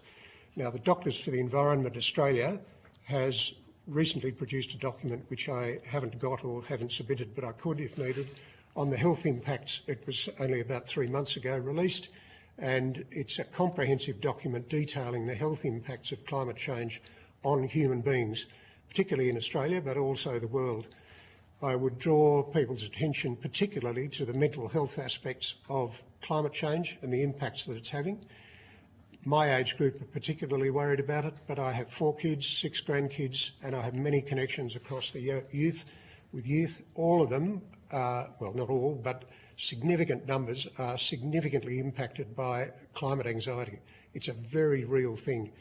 When I was working, I would lie awake at night at 2 o'clock in the morning worrying about the health of my patients.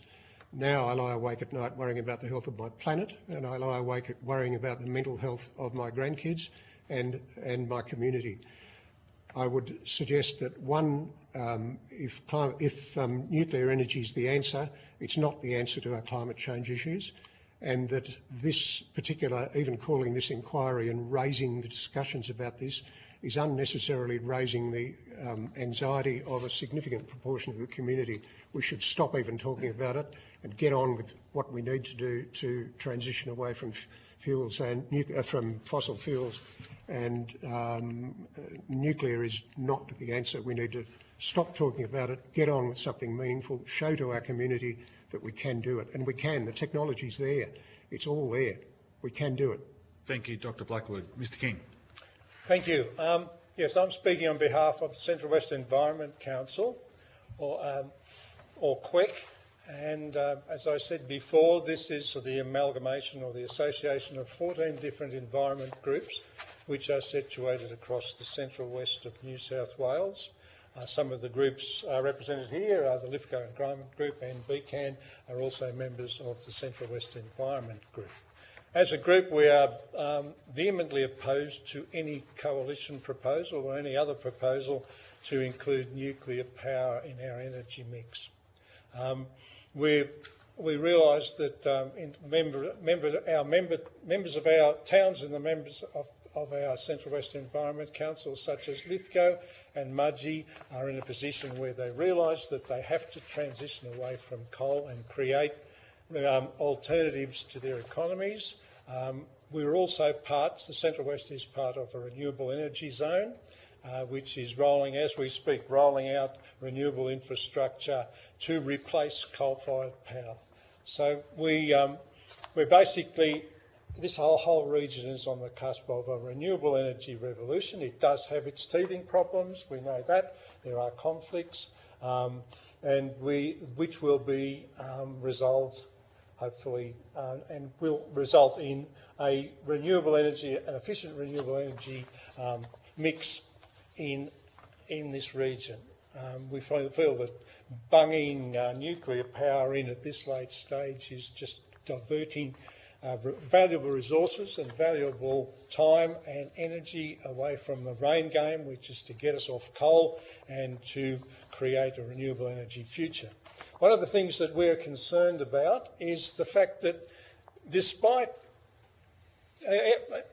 expert evidence to the contrary, the coalition continues to press on with their nuclear agenda.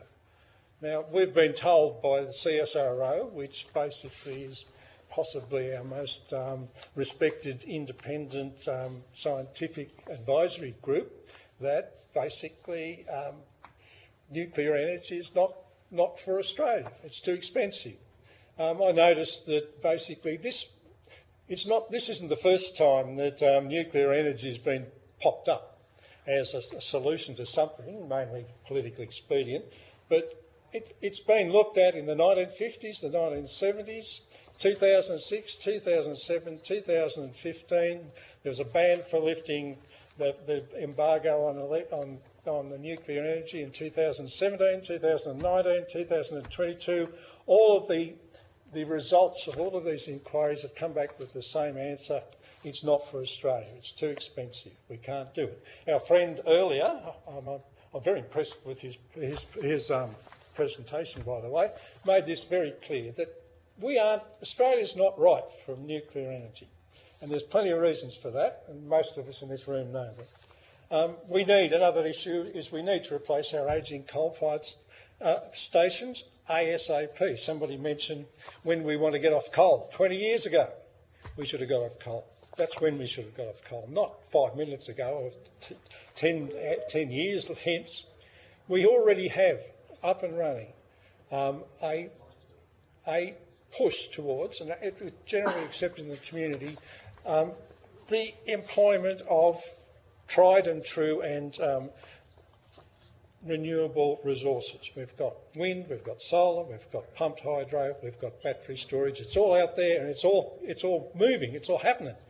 By the time, it seems pretty obvious, the Australian Energy Market Operator has said that by the time the coal-fired power stations are retired, which is 200,038, we pretty well have online, if everybody gets their shoulder to the wheel, a renewable replacement by then, which would make nuclear energy totally redundant, a whole big waste of time. Thank you, Mr. King. We'll have to just keep going a little bit to get everyone to have a go. Okay, fine. Thank you, Mr. King. Mr. Ebersol. Thank you. I was told I've only got 2 minutes, so I'll be very brief. Thank you. My name is Thomas Ebersol. I speak on behalf of the Lithgow Environment Group.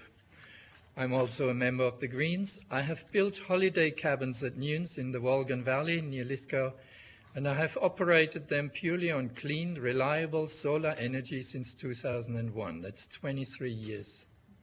That's why I believe in renewable power as the lowest cost and most reliable source of energy for our sun-drenched open country.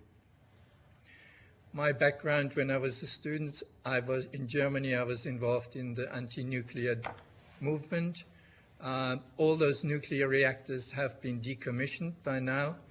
I'm coming in Australia and start all over again, so I've come full circle.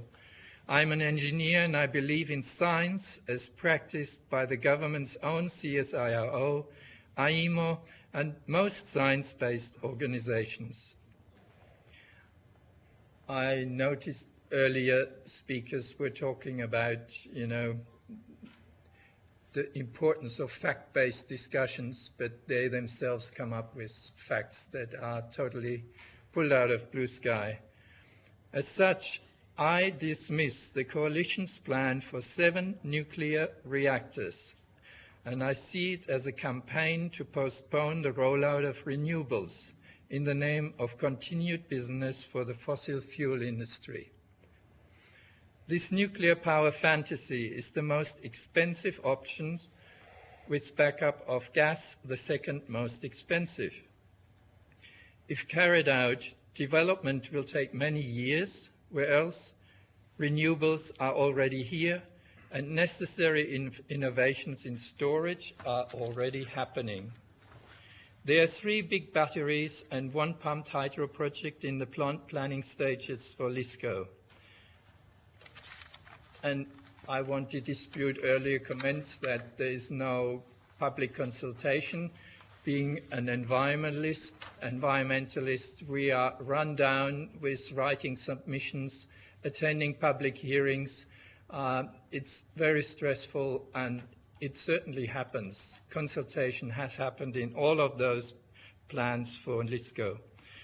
My biggest concern is nuclear brings enormous risks for the present and uncounted future generations, especially in regards to the unsolved issue of radioactive waste.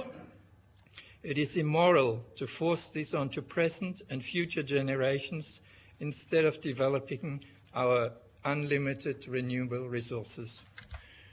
I'm sure you've been made aware of the many reports arguing against the plan. For us in Lithgow, I want to draw your attention to Lithgow Environment Group's submission. It's number 315 in your system, and I've printed it out, and I want to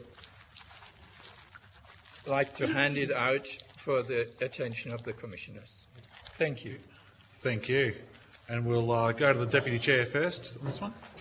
Thank you, Chair. Thanks very much, gentlemen, for coming along today and providing your evidence. Dr. Blackwood, I might start with you, if I may, and your comments about climate change and the need. I think you said the need to do something now. I think, notwithstanding the sometimes robust debate, even on this committee, there is at least a bipartisan agreement on the need for us to reach net zero and to take action on climate change, which gives rise to this sort of a debate about what's the best pathway to go about doing this. I take your comments about the need for speed, and I want to ask if you are aware that the top 5 fastest decarbonisations of electricity grids in the world 4 of them, 4 of the 5, are due to nuclear energy. Are you aware of that? And would that sort of fact influence your thinking about how quickly one can decarbonise? I'm not aware of the studies that you're quoting. I have spent my whole professional life not being an expert on anything, and when I needed to find out something, I would go and consult experts. So I'm very willing to look at that. But my awareness of the time frame involved, and previous speakers have alluded to that, but the time frames involved in developing the legislative and physical stuff associated with the power plant, the nuclear power plant, are just not consistent with the speed that we need to undertake changes to bring about climate change benefits. And thank you for being open-minded, and I will share with you, I can do that after this, that study, which does show that nuclear energy helps decarbonise at speed. Would it also influence your thinking, knowing that the Coalition's plan is not renewables or nuclear? In fact, it's an and proposition. Our plan is actually a balanced energy mix informed by best practice around the world, which does include continuing to roll out renewables, but also to have zero emissions nuclear energy in the mix. Does that... Objection.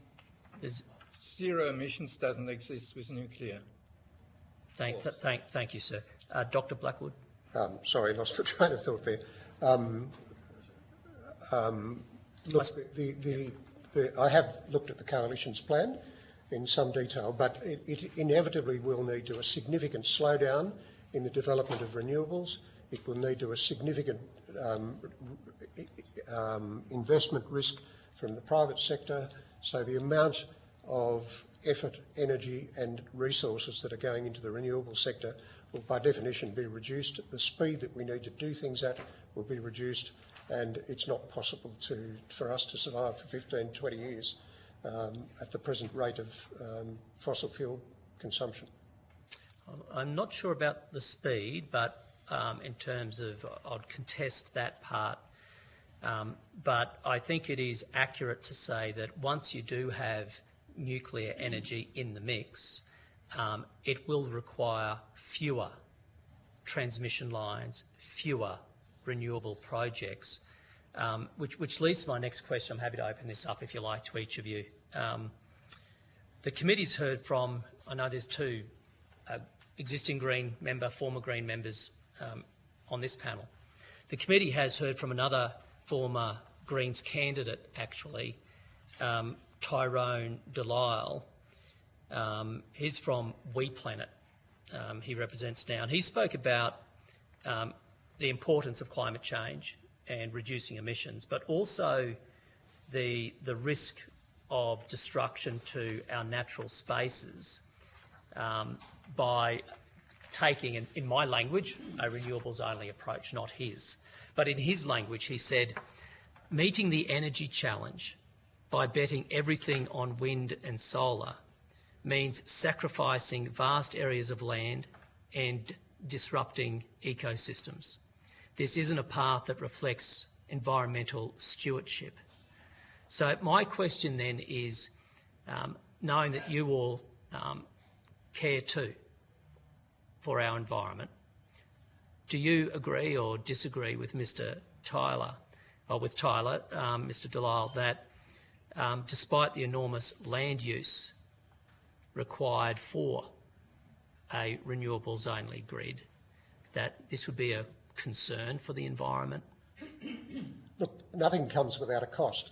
And all of the proponents of the need for climate change action accept the fact that there are going to have to be some sacrifices made in terms of mines to dig up precious metals to make turbines or whatever, or some land use. But those prices are relatively small considering the benefits that the community and the planet will get from making some small sacrifices. I'm not aware of those, but we need to do something now. We can't afford to wait. We need to do something now. That is the big all-consuming thing. Our climate is on fire. Our planet's on fire. We need to do something. Our kids, our grandkids, they're going to be the ones who are suffering. I am grateful for the fact that I'm the age that I am and I've led the life that I have, and that I'll be out of here soon and it won't be a concern to me, but it is to younger generations, and the speed of doing things is the thing that needs to happen, and this is not consistent with that by any parameters whatsoever. Thanks, sir. I agree with Jim, but we've had, as I said earlier, the Central West is part of a renewable energy zone, and there have been considerable problems establishing the infrastructure.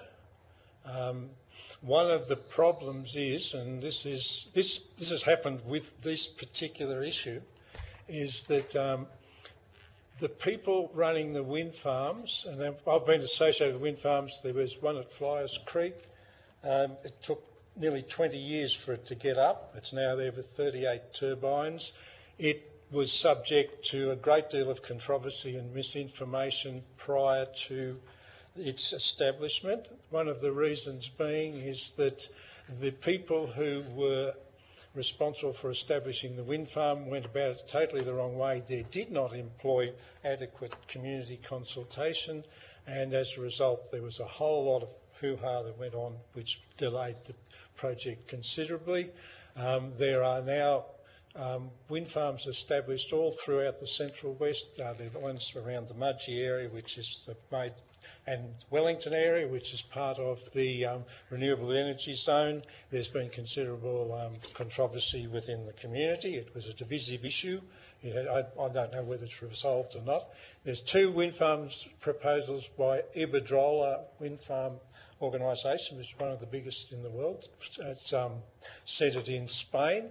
It's the people there have come to the community. They've invited people to come and talk to them. They've engaged in appropriate community liaison, which included the taking on board the environmental concerns, of which I acknowledge there will be some, because you can't make an omelette without breaking eggs, and there will be. But the community concerns, the local concerns, the people who actually live in the area have been invited to come along and talk about what's precious to them, and the actual consultation. It's a long way in the future. This is just a feasibility study. What is really concerning is the fact that the Peter Dutton's party, the coalition, suddenly dumped a nuclear bomb in the middle of Lithgow, virtually. I mean, I know people from Lithgow, they could confirm this, they're here. They found out about it on the news. Is that correct? Yes. Yeah, and so that's one of the things that needs to be noticed. If you're going to do something like this, you have to make sure that the community is consulted, and what's already happening in the community is consulted.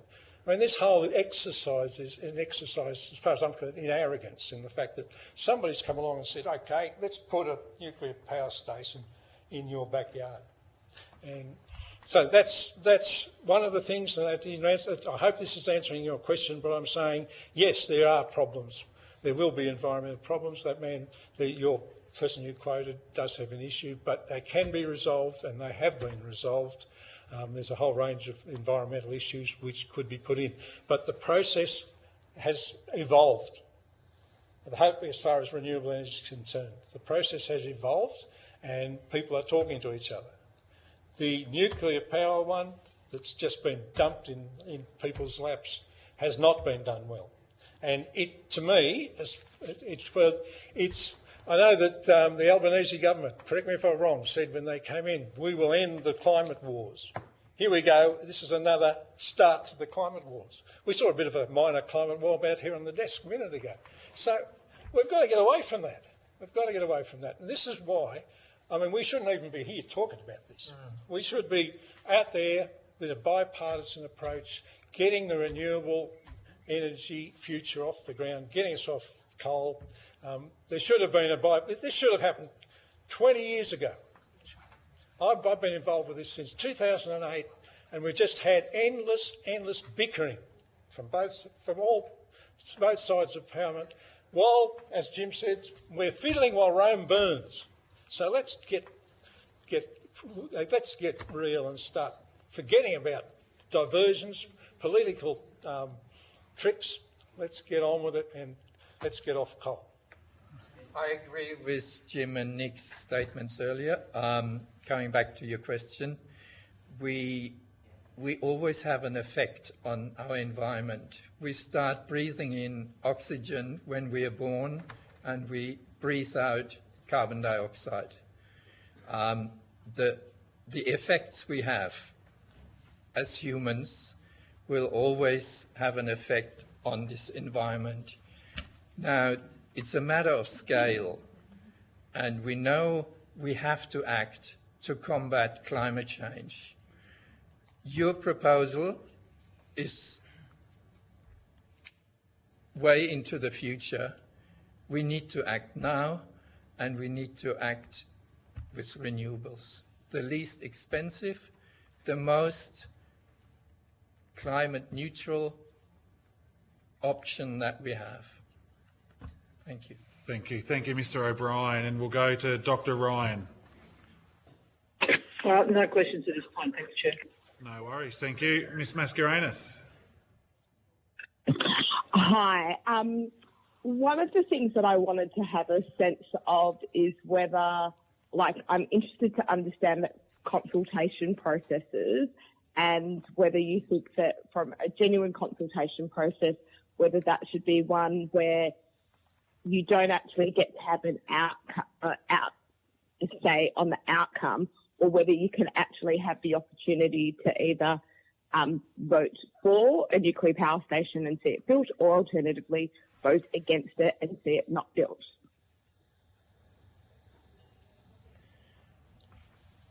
I only caught a small amount of that question, but basically... Repeat that question, Ms. Mascarenhas, just to be sure that we got the right thing on that. I'll repeat it. So from a consultation perspective, there's a spectrum where you can you can consult or inform people, or alternatively, you can actually empower people to have a say on the outcome of the decision.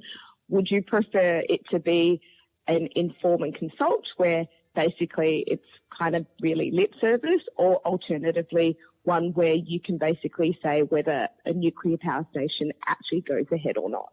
Look, I think personally this is a much wider issue than any local community should be making decisions about. This affects the whole planet and our whole country. So it's not just up to one community to vote whether they want a nuclear power station there. We need to get on with a whole range of things in Australia. All of us need to be on board with that. One community shouldn't be making that decision. When it comes to discussions about local renewable projects, that's a different thing altogether. So certainly local views need to be held of great importance there. But for a nuclear power station, it's a worldwide, planet-wide, country-wide decision. And then my next question is around the discussion around nuclear. Do you have the perception that the discussion around nuclear is really about delaying investment in renewable energy and delaying action on climate change? Definitely. Definitely. Yes. And then do you also think that your community would be positive of increases to electricity bills? What some modelling has shown is that introducing nuclear power into the electricity grid would result in power bills increasing by $1,200 to $1,400. Absolutely. They would be furious. The baseball bats would come out. Definitely not. They have enough trouble paying their bills as it is. For one of the questions that was asked earlier, it was about comparing the amount of nuclear in the electricity grid compared to Australia. Have you guys had a look at the amount of renewable sources that we have in Australia? And would you think that Australia is in a unique position because of our renewable energy sources compared to other countries? And do you think that we should invest in nuclear energy accordingly? We should not, because we are one of the most fortunate countries in the world in that we have ample sunlight, we have ample wind, we have a tremendous amount of space which we can use to bring up large-scale nuclear. We have actually have a population which is basically in favour of renewable energy. We're at the cusp of a renewable energy revolution. We're at the sort of T-model forward stage, actually, but there's so many things that we can do, we should have been doing 10 years ago, to replace fossil fuels. So, yes, I think we should get on with it. There is no place for nuclear, because by the time we get the first nuclear power station, if it ever happens, there'll be so much advance in renewable energy that our nuclear power will be redundant and unnecessary. We don't need it. Final question, Ms Mascarenhas. Cool, thank you. This is my final question, which is, I actually think Australia can go one further than just decarbonising our grid. We have amazing critical minerals here. We have the potential to create low-cost energy from renewables. I think that we could actually be a part of the supply chain for renewables across the world.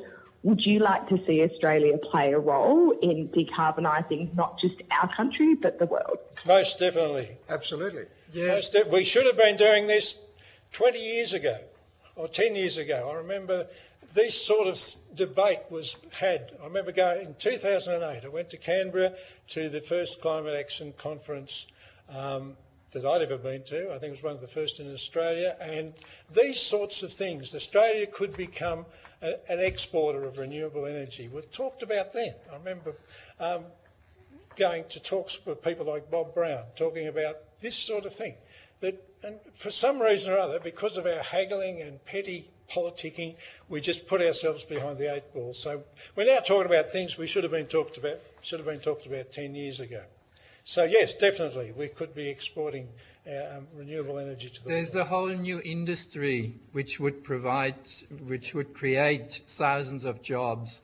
The technology for photovoltaic mass production was actually developed at New South Wales in Sydney, New South Wales Uni.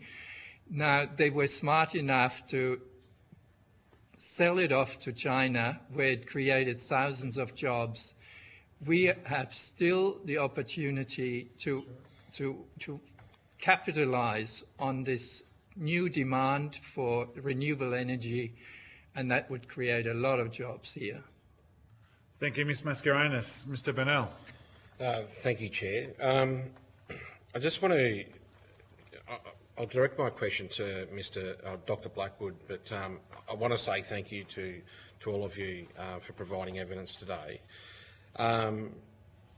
Under the International Atomic Energy Agency's best practice principles, they talk about emergency planning zones and the suggested parameters for the initial precautionary action zone, urgent protective action, extended planning distances, etc. So, as a general rule, like the EPZ boundary goes out to 16.6 kilometres, where there's a potential incident of fallout, and then beyond that, there's a secondary radius that goes out to 80.5 kilometres called the ingestion zone. And I note that Bathurst community would likely be taken in that, because I think Bathurst is about 60 kilometres from the Mount Piper power station. And the reason why I bring this up is because I note that your sister cities, Akuma in Japan, which is very close to the Fukushima incident, and I believe that your community billeted quite a few young children from that area. I'm interested to get your thoughts and experience of the people from that area and the complications that they faced being in that zone when there was a nuclear incident. Because let's be frank, for the most part, these reactors seem to be relatively safe, but when things go wrong, it's usually a human error or something that's well outside of our ability to control. And my father always told me, always expect the unexpected. So these things do happen. So I'm very keen to get some of your anecdotal evidence of the young people that you've billeted within your community and the effects it. Look, I have no personal experience of that at all. I'm well aware that Okuma and Bathurst had a sister-sissy relationship up until the Fukushima plant went up, and then that relationship doesn't exist anymore. Right. I'm not, to be honest, I'm not really particularly interested in the zones around nuclear plants and things, because I think it's a complete red herring and a diversion of what we should be really talking about. Why don't you talk about exclusion zones? There's a whole suppressed narrative about what happens around coal mines and coal-fired power plants, and a safe nuclear reactor close by is basically pretty safe for those around it. A coal plant at a coal-fired power station isn't. Those plumes out there are pumping out heavy metals, nitrous oxides, all sorts of toxic stuff, and that travels for significant distances. The coal plants and the coal-fired power stations here are pumping highly toxic water into Sydney's water supply. So when you talk about the effects within various zones around it, there needs to be publicity of the terrible stuff that's happening there. Just focusing on the fact that there's carbon dioxide out there is bad enough, but then when you look at all the other dreadful things that are coming out of down under the ground and being pumped out there with the community not being made aware of it, that is really bad news. So that's another reason to get away from digging stuff out of the ground and putting it into the atmosphere. Yeah, look, I hear what you're saying, Mr. Blackwood, Dr. Blackwood. I would just clarify too, though, that we did hear evidence recently in Melbourne where studies have suggested in Germany that those that live within a 10-kilometre radius of nuclear reactors, children under the 5, there's been seen to be a heightened level of malignant tumours in those children due to the atmospheric ionisation, I guess, of that area. So I don't believe Australia should even be facing those risks. We shouldn't be confronting it. Do away with it. Stop it. Yeah. Thank you, Mr. Ebersol. You wanted to make comment. Yes. Accidents happen, and we will be subjected to enormous suffering if they do happen in Lithgow or anywhere. I just want to point out that the same guy who's proposing this nuclear dream is also proposing to cut back on red tape and green tape. Now, Lithgow Environment Group has had many experiences with the EPA, which we call the toothless tiger, where incidents happen at the coal-fired power stations or in the mines, and we are there as volunteers to point out when the rivers are polluted, when the air is toxic. It's not the EPA, and even with too much green and red tape already, the system of control is not working. So if he wants to put nuclear power station in Lithgow, he has to increase the red tape to protect the people. Thank you. Thank you. Thank you, Mr. Burnell. We heard from you. We heard you say earlier, Mr. King, and you all agreed that you only found out about that there was a nuclear proposal here on the news, the evening news. Is that correct? That's from what I was told by representatives of the Lithgow Environment Group. Yep, okay, no worries. And you found out that about on the news, right? It's been 6 months since we found that out, that there was going to be 7 sites proposed around Australia to have nuclear reactors. Do you think it's acceptable to the Australian public that we don't know what type of reactors they're going to use, we don't know the size of the reactors they're going to use, we don't know the number of the nuclear reactors they're going to have, we don't know how much water these nuclear reactors are going to use, we don't know how long they will take to build these nuclear reactors and what will be the first 2 sites around Australia, because in their proposal, which Mr. Burnell has here, they are saying they'll start 2 sites first and then the rest will follow on, and that we don't also know how much these will cost. Do you think that's acceptable that the Australian public doesn't know this information? Totally unacceptable. It's been 6 months? Totally unacceptable. Also, how will the safety of communities near the reactor be guaranteed? Where's the nucleus placed to be stored? Can the safety of communities be guaranteed? can anybody, a proponent of a nuclear power station, say with their hand on their heart that the communities surrounding them are totally safe? Yes, you're quite right. There's absolutely none of that's acceptable to the public, and nor should it be. Thank you very much. Completely unacceptable. Unfortunately, we've run out of time. And Deputy Chair, when you pass on the information to Dr. Blackwood about the 4 or the 5 the quickest decarbonising areas where with nuclear, could you just table that for us as well, please? I'd be very happy to do that, Chair. Thank you, Deputy Chair. If you've been asked to provide any additional information, including questions on notice, please forward it to the Secretariat by Friday the 10th of January 2025. Please note that responses to questions on notice will be published on the website as submissions to the inquiry. You will be sent a copy of the transcript of your evidence to assist you with answering questions taken on notice today, and you'll have the opportunity to request corrections to the transcription errors. Thank you very much for your time and have a good day. Thank you. Thank you very much.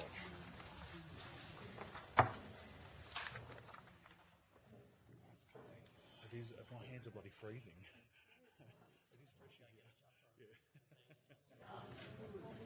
The knitting nutters might be able to knit us one. I see one of them knitting a beanie. Yes. You knitting a beanie? I'll be able to put it on. It's a bit fresh. Scarf? No.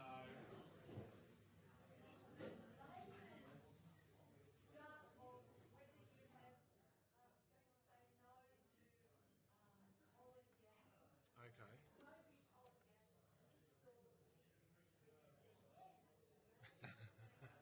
We'll disagree on this one. Anyway.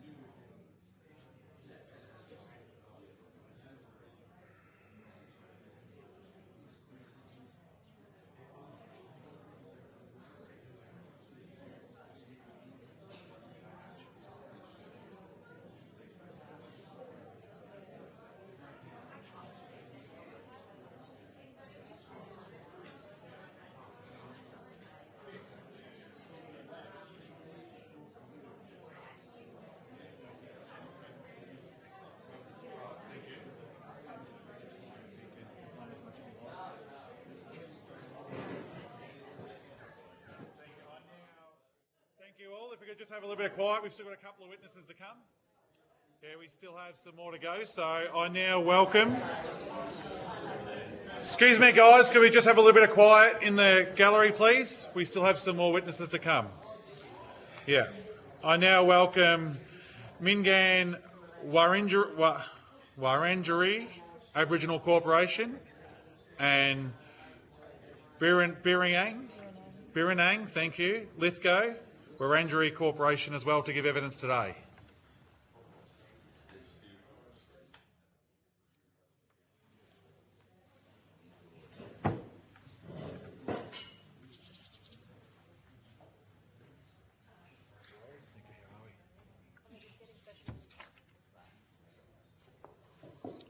For the Hansard record, would you please state your name and capacity in which you appear before the committee? And I'll start with you, Arnie Riley. My name is Sharon Riley. I'm a traditional owner and the Senior Heritage Officer Program Coordinator for Mingaan Wiradjuri Aboriginal Corporation. Hi, my name is Patsy. The capacity which I'm appearing today is just as a community member of Lithgow and a local Wiradjuri person. Hi, I'm Rick Slaven. I'm the Vice Chair of Barrinang Wiradjuri Lithgow Corporation, and I'm also a Wiradjuri custodian, and with family ties in this valley for 7 generations. Thank you very much. This hearing is a legal proceeding of the Parliament. The giving of false or misleading evidence is a serious matter and may be regarded as contempt of Parliament.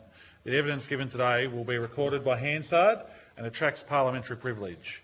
Before I invite you to make a brief opening statement and then we proceed to discussions, would you please state if you are a current or former member of a political party or a union or an investor in the renewable or nuclear industries, please?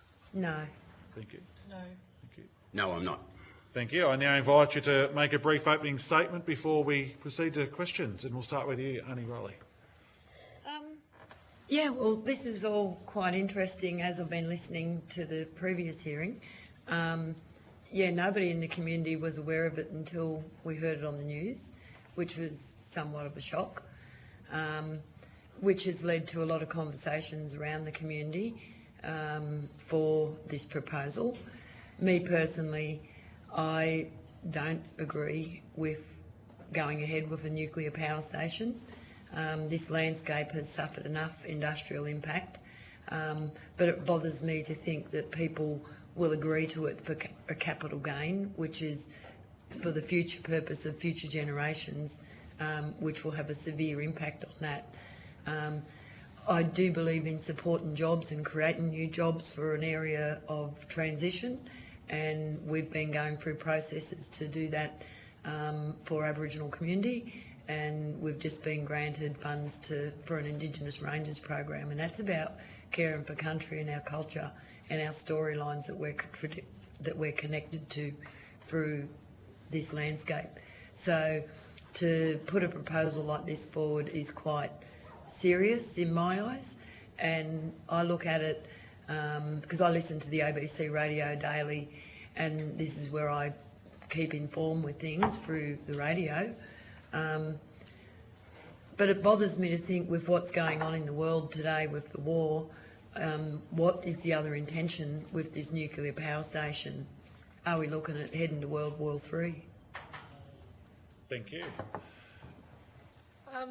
Simply what I wanted to sort of raise today, I'm going to be honest in saying that I don't understand this enough from a technical perspective to have a solid, informed opinion. But basically what I wanted to say was around my concern of lack of transparency for the broader community to support them in making sound decisions on these kind of things. Obviously something like this topic of utilising nuclear energy, it's quite controversial for obvious reasons. And we can't just sort of rely on media as a source of reputable information. Too often, you know, it's quite normal for people to access their information on topics from the media, but that's not adequate in supporting the general public in forming opinions on these sort of things that affect everyone. And nor is it adequate for people just to be expected to read or interpret a lengthy report. So, yeah, I'm just concerned of the lack of transparency in access to reputable information for the general public. And it's beyond just sort of considering, you know, generating sort of economically viable sort of options. Obviously there's social and environmental concerns with this too. Thank you. Mr. Slaven. Yes, well, what my main worry is, just like Patsy said, is transparency. Because I know 6 months ago Peter Dutton came out with this big statement that he was going to force so many energy providers that they were going to enforce it if they didn't jump on board and all that. But what I want to know is what meetings has he done beforehand? Because these energy providers, they're not owned by Australia, they're owned by powerful countries that take their infrastructure, which they say they believe if it's their country's infrastructure in Australia, they take that serious. And for him to say that they'll toe the line doesn't make sense to me, because let's take, for example, Mount Piper, Energy Australia. It's owned by China Light and Power. So Peter Dutton's basically said, China Light and Power will do as I say if I get in power. Like, get real. Where's the transparency in that? And Mount Piper hasn't said nothing. I want to know where's he getting all this? He's walking around with big shoulders, but I want to know, like, has there been meetings going on? It's not just a coincidence, because I was actually talking to someone a couple of weeks before Peter Dutton made his statement, and we were doing investigations our own, and we come up with there's certain avenues where we think people are trying to pull strings to actually get nuclear, because there's a bigger picture involved. People want control of Australian uranium, and I want to know where the transparency is.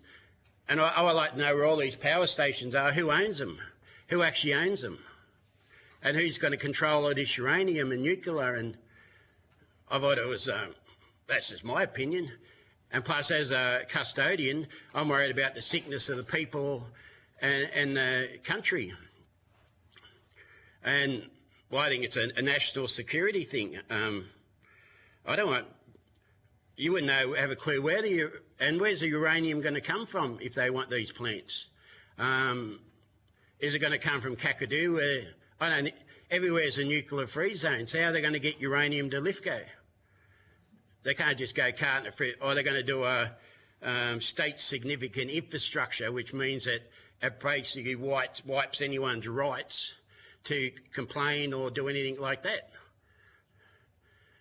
That's basically where I'm coming from. I just want to know how all this come to be and who's actually pulling the strings and who's got a say in it. And as custodians, like, we basically can't fight nothing.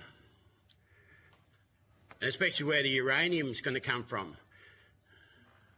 I think I know where the uranium's coming from, but I want the government to admit where it's going to come from.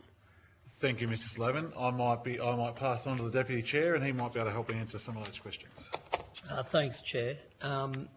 Firstly, thank you very much for your time today. Ms. Riley, I might start with you if that's okay. You mentioned some concerns you have about a nuclear power station, and forgive me if I misheard you, but I think you said World War III. Mm-mm.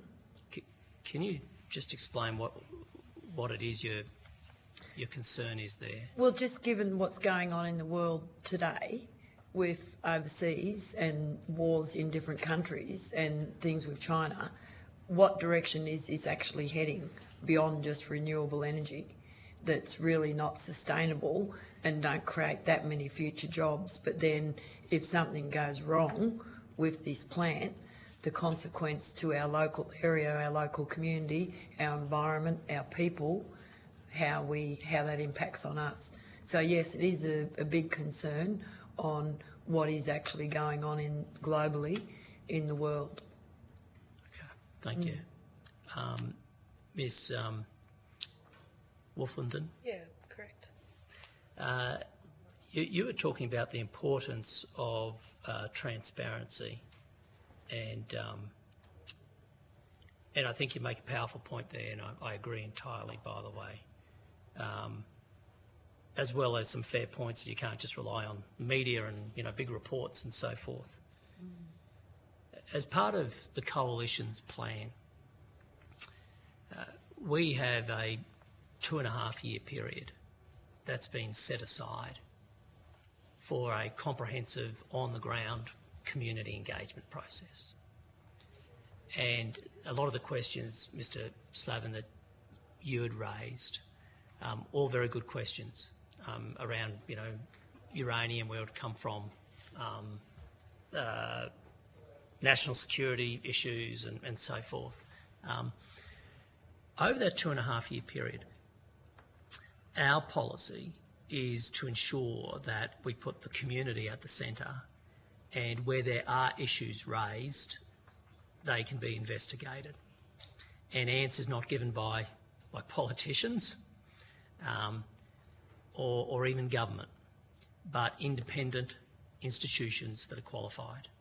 so that the community can be fully informed about all the various issues it needs to be informed about. And our announcement about this local community came with that assurance that there would actually be that considerable community engagement process. Can I get your advice as to whether you think the community would make good use of such a process if they were granted the opportunity to have those questions answered? It's a difficult question to answer confidently, because obviously that really depends on groups or individuals' capacity to be involved and their interest to be actively involved. And like most communities, we have, you know, a varying amount of interest in involvement with these kind of things. You know, some people that care quite deeply about stuff and want to make a point of being involved, and other people that might feel that it's just a bit beyond their scope and interest and just go about their daily life. So it really would just depend, but it's not to negate the importance of adequate, sound consultation with communities, because that's imperative for this. And keeping people informed. Keeping people informed. Being upfront and honest. Yeah. Making the information really accessible and easy to understand as well. I think that's important. Thank you. That's good feedback. Can I take it one step further to get your advice then? Our plan during that process is not to be doing it from Canberra, but to have people here on the ground, engaging personally, locally. Is that the right approach, do you think? Yeah, there needs to be a lot of face-to-face conversations and meetings around that. I personally don't agree with just giving community, here's a document to read. Yeah, because communities vary with that sort of ability as well and understand what's written. So I think the face-to-face stuff is really valuable to help people understand what it's all about, what it means. Thank you. That's really good feedback. And Ms. Slavin, if I can just ask you, is it Mr. Slavin or Slavin? Slavin. Slavin, I'm sorry.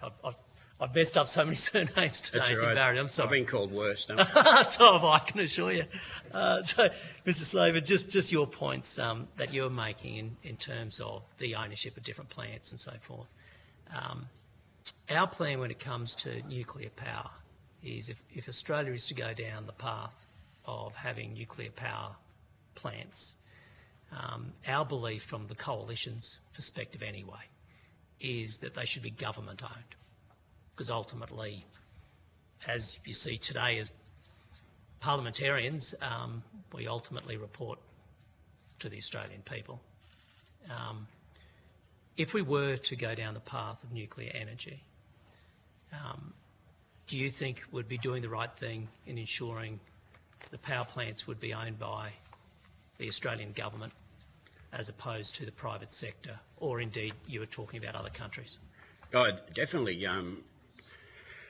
Like, I'm not a fan of nuclear, but I'm actually, what I observe is I think the amount of jobs that the coal, I know people don't want coal, but I still think coal power is actually the best option still going, because all your renewables, well, they destroy a lot of the country and our totems and all that, but if it was Australian owned, it'd be a lot better, because what's happening is the Australian government's funding all this infrastructure. So basically every time something else happens, it's the government that's funding all the infrastructure, they're funding all the renewables, they're funding this, but all the country, all the other countries are controlling the power once it's made, is that right? And which means that they sell it back to the people, the Australian people that are hurting. And when I say, I mean everyday Australians, that's whether you're Koori, you're from South Africa, you're from English, Irish, everyone's got to pay their power bills, and everything's struggling because there's not enough power now. I don't understand why you're just not refurbishing the coal fire ones, because this nuclear, like, we're going to have to buy the information on how to do it. So someone's going to be putting their hand up going, I've got all this information how to do it. I imagine you can't just go on YouTube and build a nuclear reactor. There's going to be people putting their hand out, and the Australian public, once again, is going to be funding it by billions and billions, probably, I don't know, trillions of dollars. But if it was Australian owned, because what I care about is people are hurting. Everyone's hurting, and I'd like the Australian government to own it, and I'd like the Australian government to give all the money back into the country and actually fund stuff. So if you go to a hospital, you got, like they do in Saudi Arabia, and that they don't even pay tax because they're using all their royalties and that to fund the country. And why can't we do that? We're selling, or we're not even selling it, we're giving all our resources away, and it's our resources.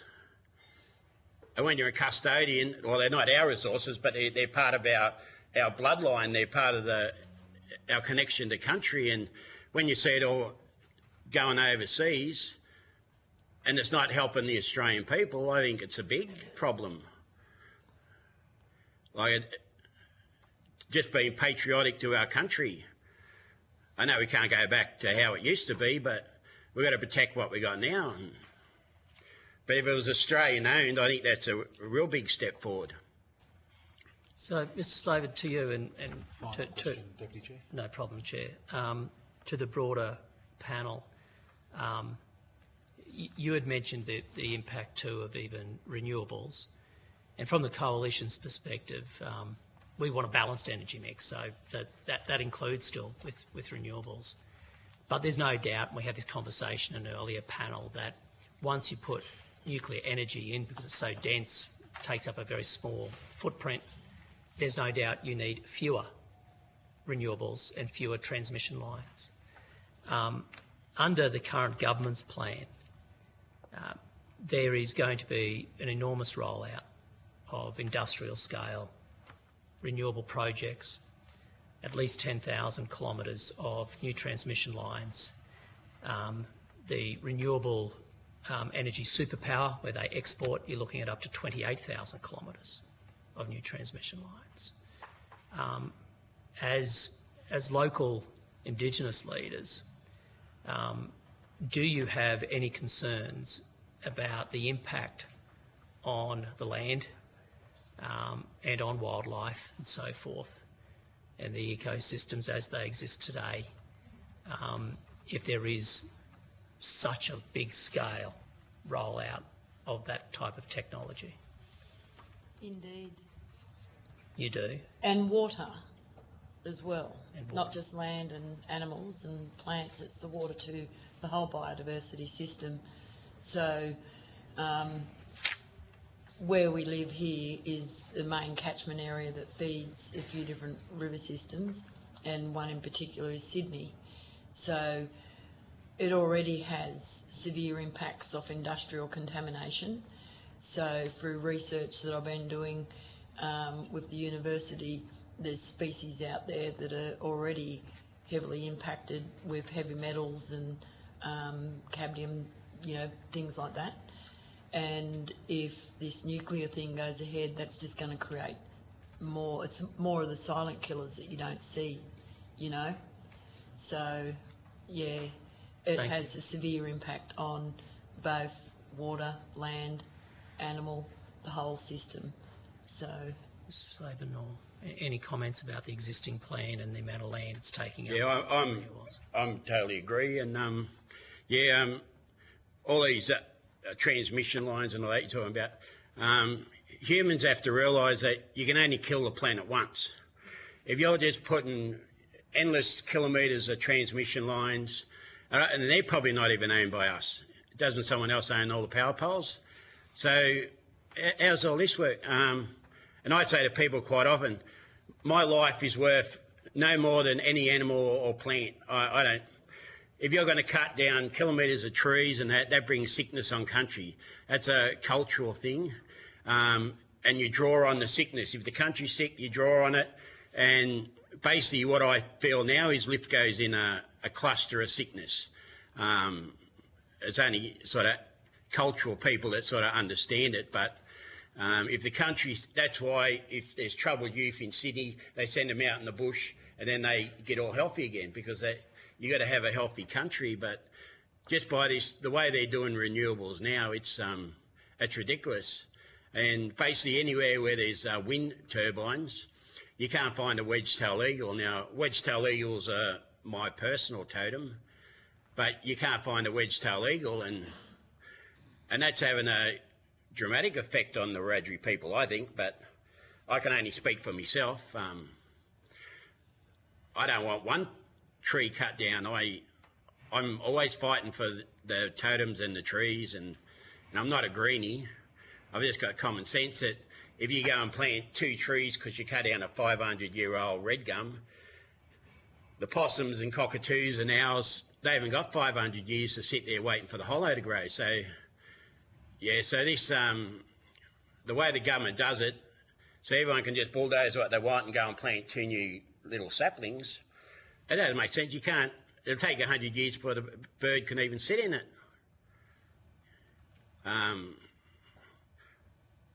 It's, money's killing the planet. I just want, we can balance everything, but there is no balance when bureaucrats are going, nah, you'll do it my way. That's how I see it. Thank you, Deputy Chair. Mr Burnell. Thank you, Chair, and thank you all for providing evidence today. I want to go to free, informed and prior consent and the announcement that was made on the 19th of June 2024 by the Coalition. That's their nuclear policy that they announced on that day. I'm interested to know, was any of the First Nations groups consulted prior to the announcement on the 19th of June? No. And your input sought for the appropriateness of a nuclear power station to be based at Mount Piper? No. No. Do you think that it should have been or should have occurred prior to the announcement? Yep. So, because I find that a little bit bizarre that it hasn't happened, but what I'd like to clarify is, has the Liberal National Party approached you since the announcement on the 19th of June about their proposal for a nuclear power facility to discuss First Nations concerns within the community here at Lithgow? No one's approached us, only the invitation for this meeting, hearing. That was it. So this is the first time you've actually been sought for your voice on your concerns on our own country. Yeah, shame job, all right. Please just be respectful from the audience, please, for the witnesses up the front, please. Bit of an afterthought. So,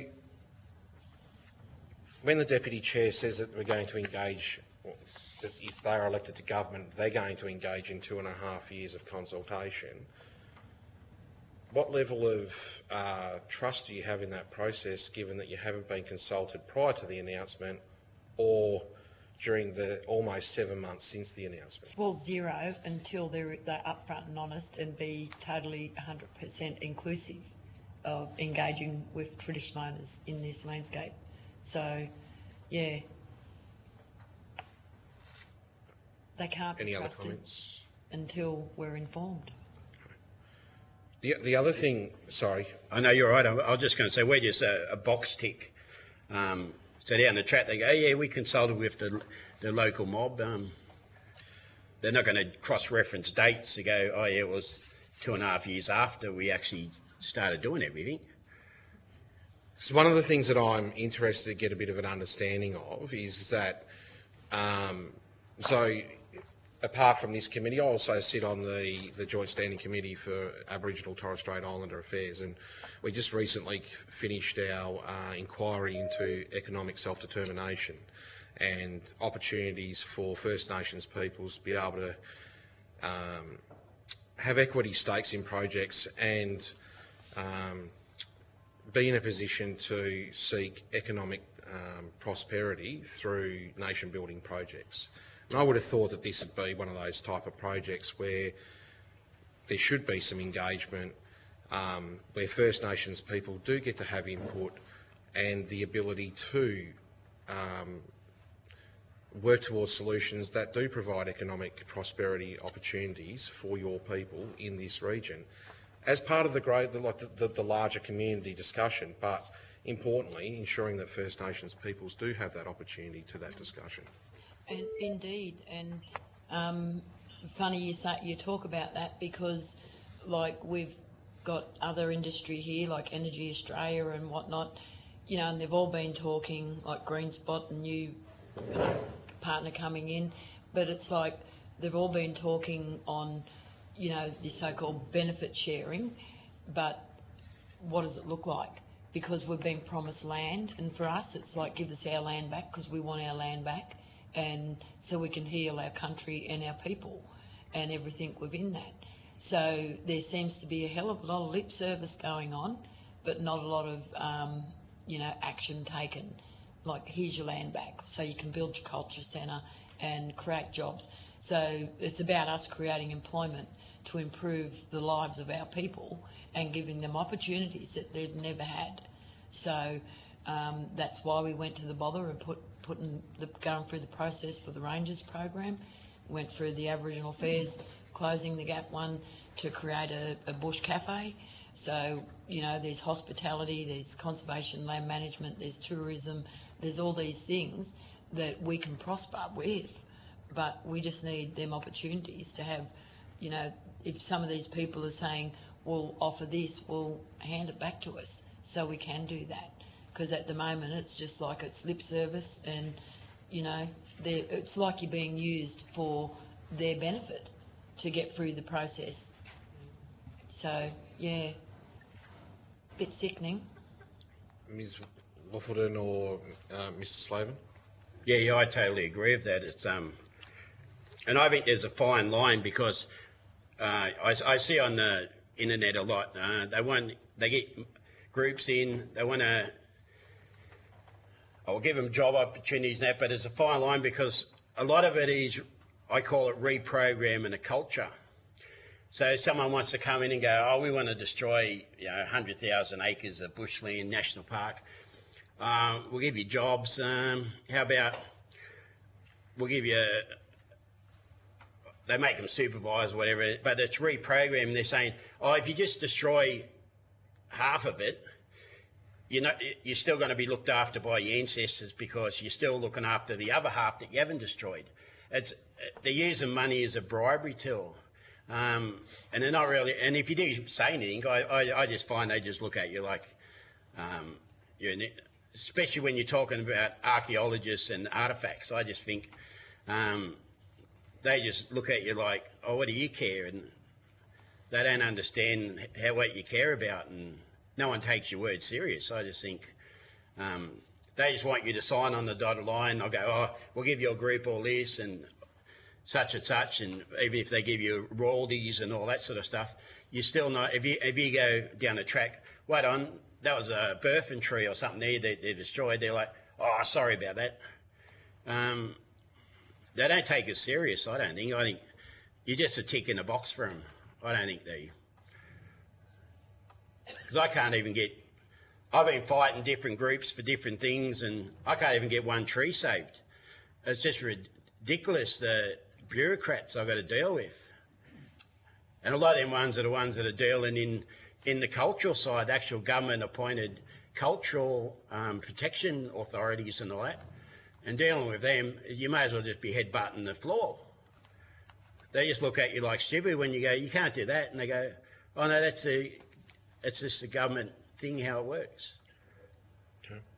Sorry, Miss Auntie Riley, you were going to say something in addition.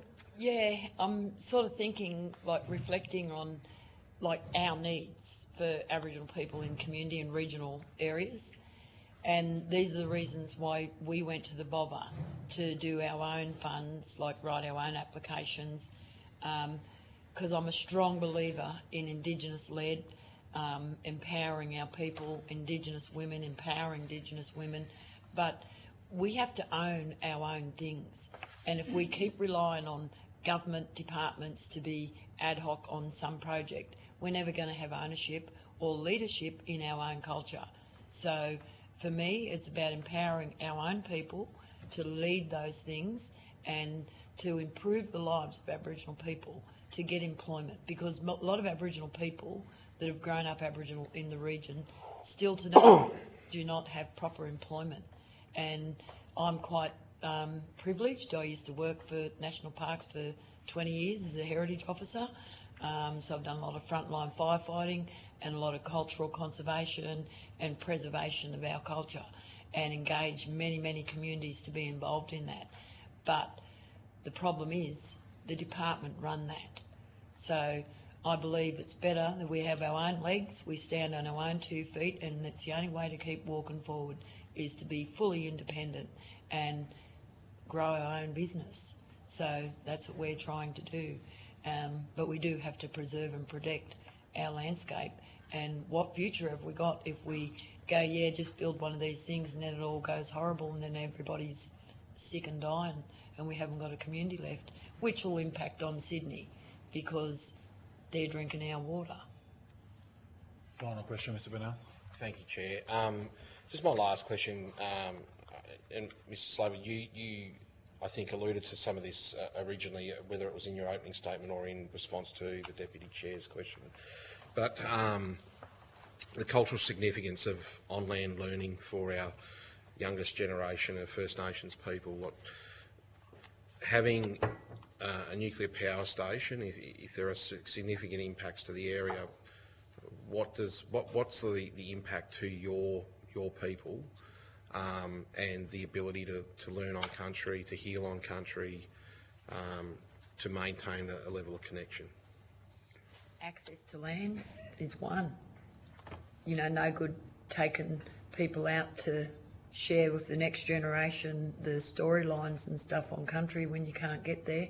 You've got to stand on the side of the road and go, over there is where this occurs. So access to land is a big one. The impacts that it has to different landscapes that have different species that are connected to different story and songlines, things like that. Thank you. And natural resources. Yeah, well, I totally agree with that, because a lot of, even the sacred sites and all that, a lot of them are on, well, now they're on sites owned by mines or power stations, and half the time they don't even know there, but we can't get access because where you used to be able to go through, now there's a man-proof fence, and then you don't know what's going on in there, because half the time I don't think they go through all the proper guidelines of what they bulldoze and all. That's only what I observe. I know everyone does the right thing, so they say when they get caught. Yeah, but we've got to have access to country. That I totally agree with Auntie Sharon on that one. It's, but as it is now, it's just getting access to anything.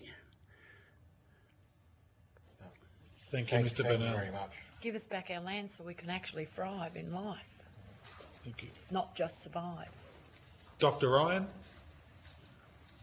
Thank you, Chair. I was wondering if we could have a comment on your feelings regarding the potential for storage of nuclear waste on country.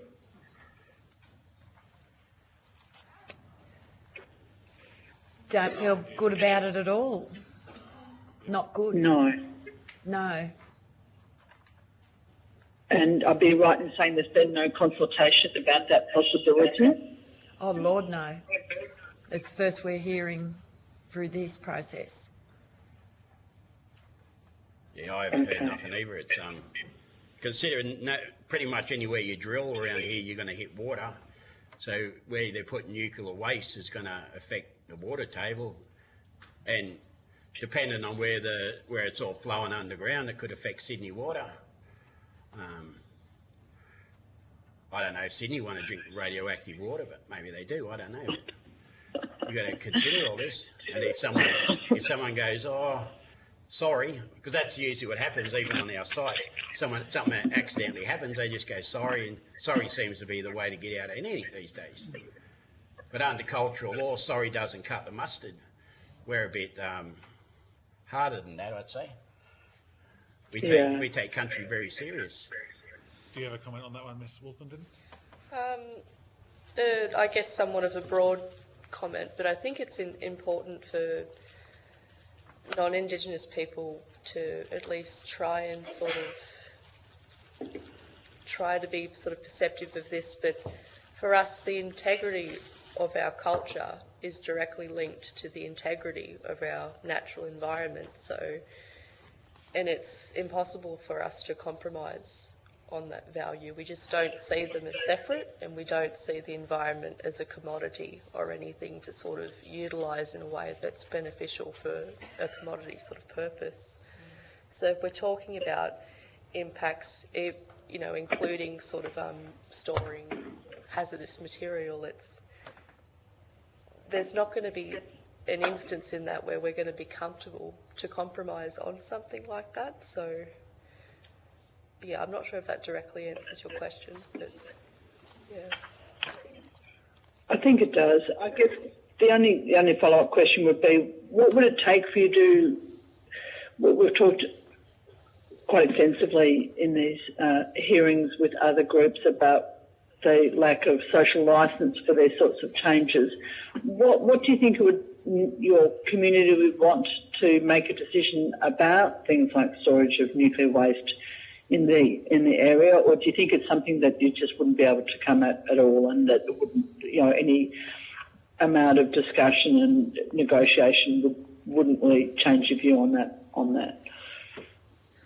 I don't think, I can't speak for everyone, but I don't think we would feel comfortable to compromise on this. But again, I just want to reiterate what I said before, that we need sort of adequate consultation and transparent information. We can't just sort of be dumped with questions or decisions seemingly at the last minute. People, the broader public and the community, Indigenous or not, just need to be continually included in the consultation process of this. Yeah. And for that to be sincere as well. And I think honest with what it all means and the impacts that can occur from this, instead of just washing it to say it's a great project. But these are some of the implications that can come along with, because you've got to have the negatives with the positives as well. And people need to be able to make a decision whether they agree or disagree with that. Yeah. Thank you. Thank you, Dr. Ryan. Thank you for your time today, everyone. If you've been asked to provide additional information, including questions on notice, please forward it to the Secretariat by Friday the 10th of January 2025. Please note that responses to questions on notice will be published on the website as submissions to the inquiry. You'll be sent a copy of the transcript of your evidence to assist you with answering questions taken on notice today, and you'll have the opportunity to request corrections. I would like to thank witnesses for appearing today, everybody who is in the room as well, listening today in the audience. I'd like to thank the Lithgow Workmen's Club and their staff here for hosting us today. They've done an amazing job. I'd like to thank Broadcasting. I'd like to thank Hansard for what they're about to do. I'd like to thank the Secretariats for the huge amount of work they put in to make these events happen as well. And I'd like to thank the committee members present today as well. So thank you very much. Have a great day. And it's been a pleasure being here in Lithgow listening to everyone. Thank you very much. Thank you very much. Thank you.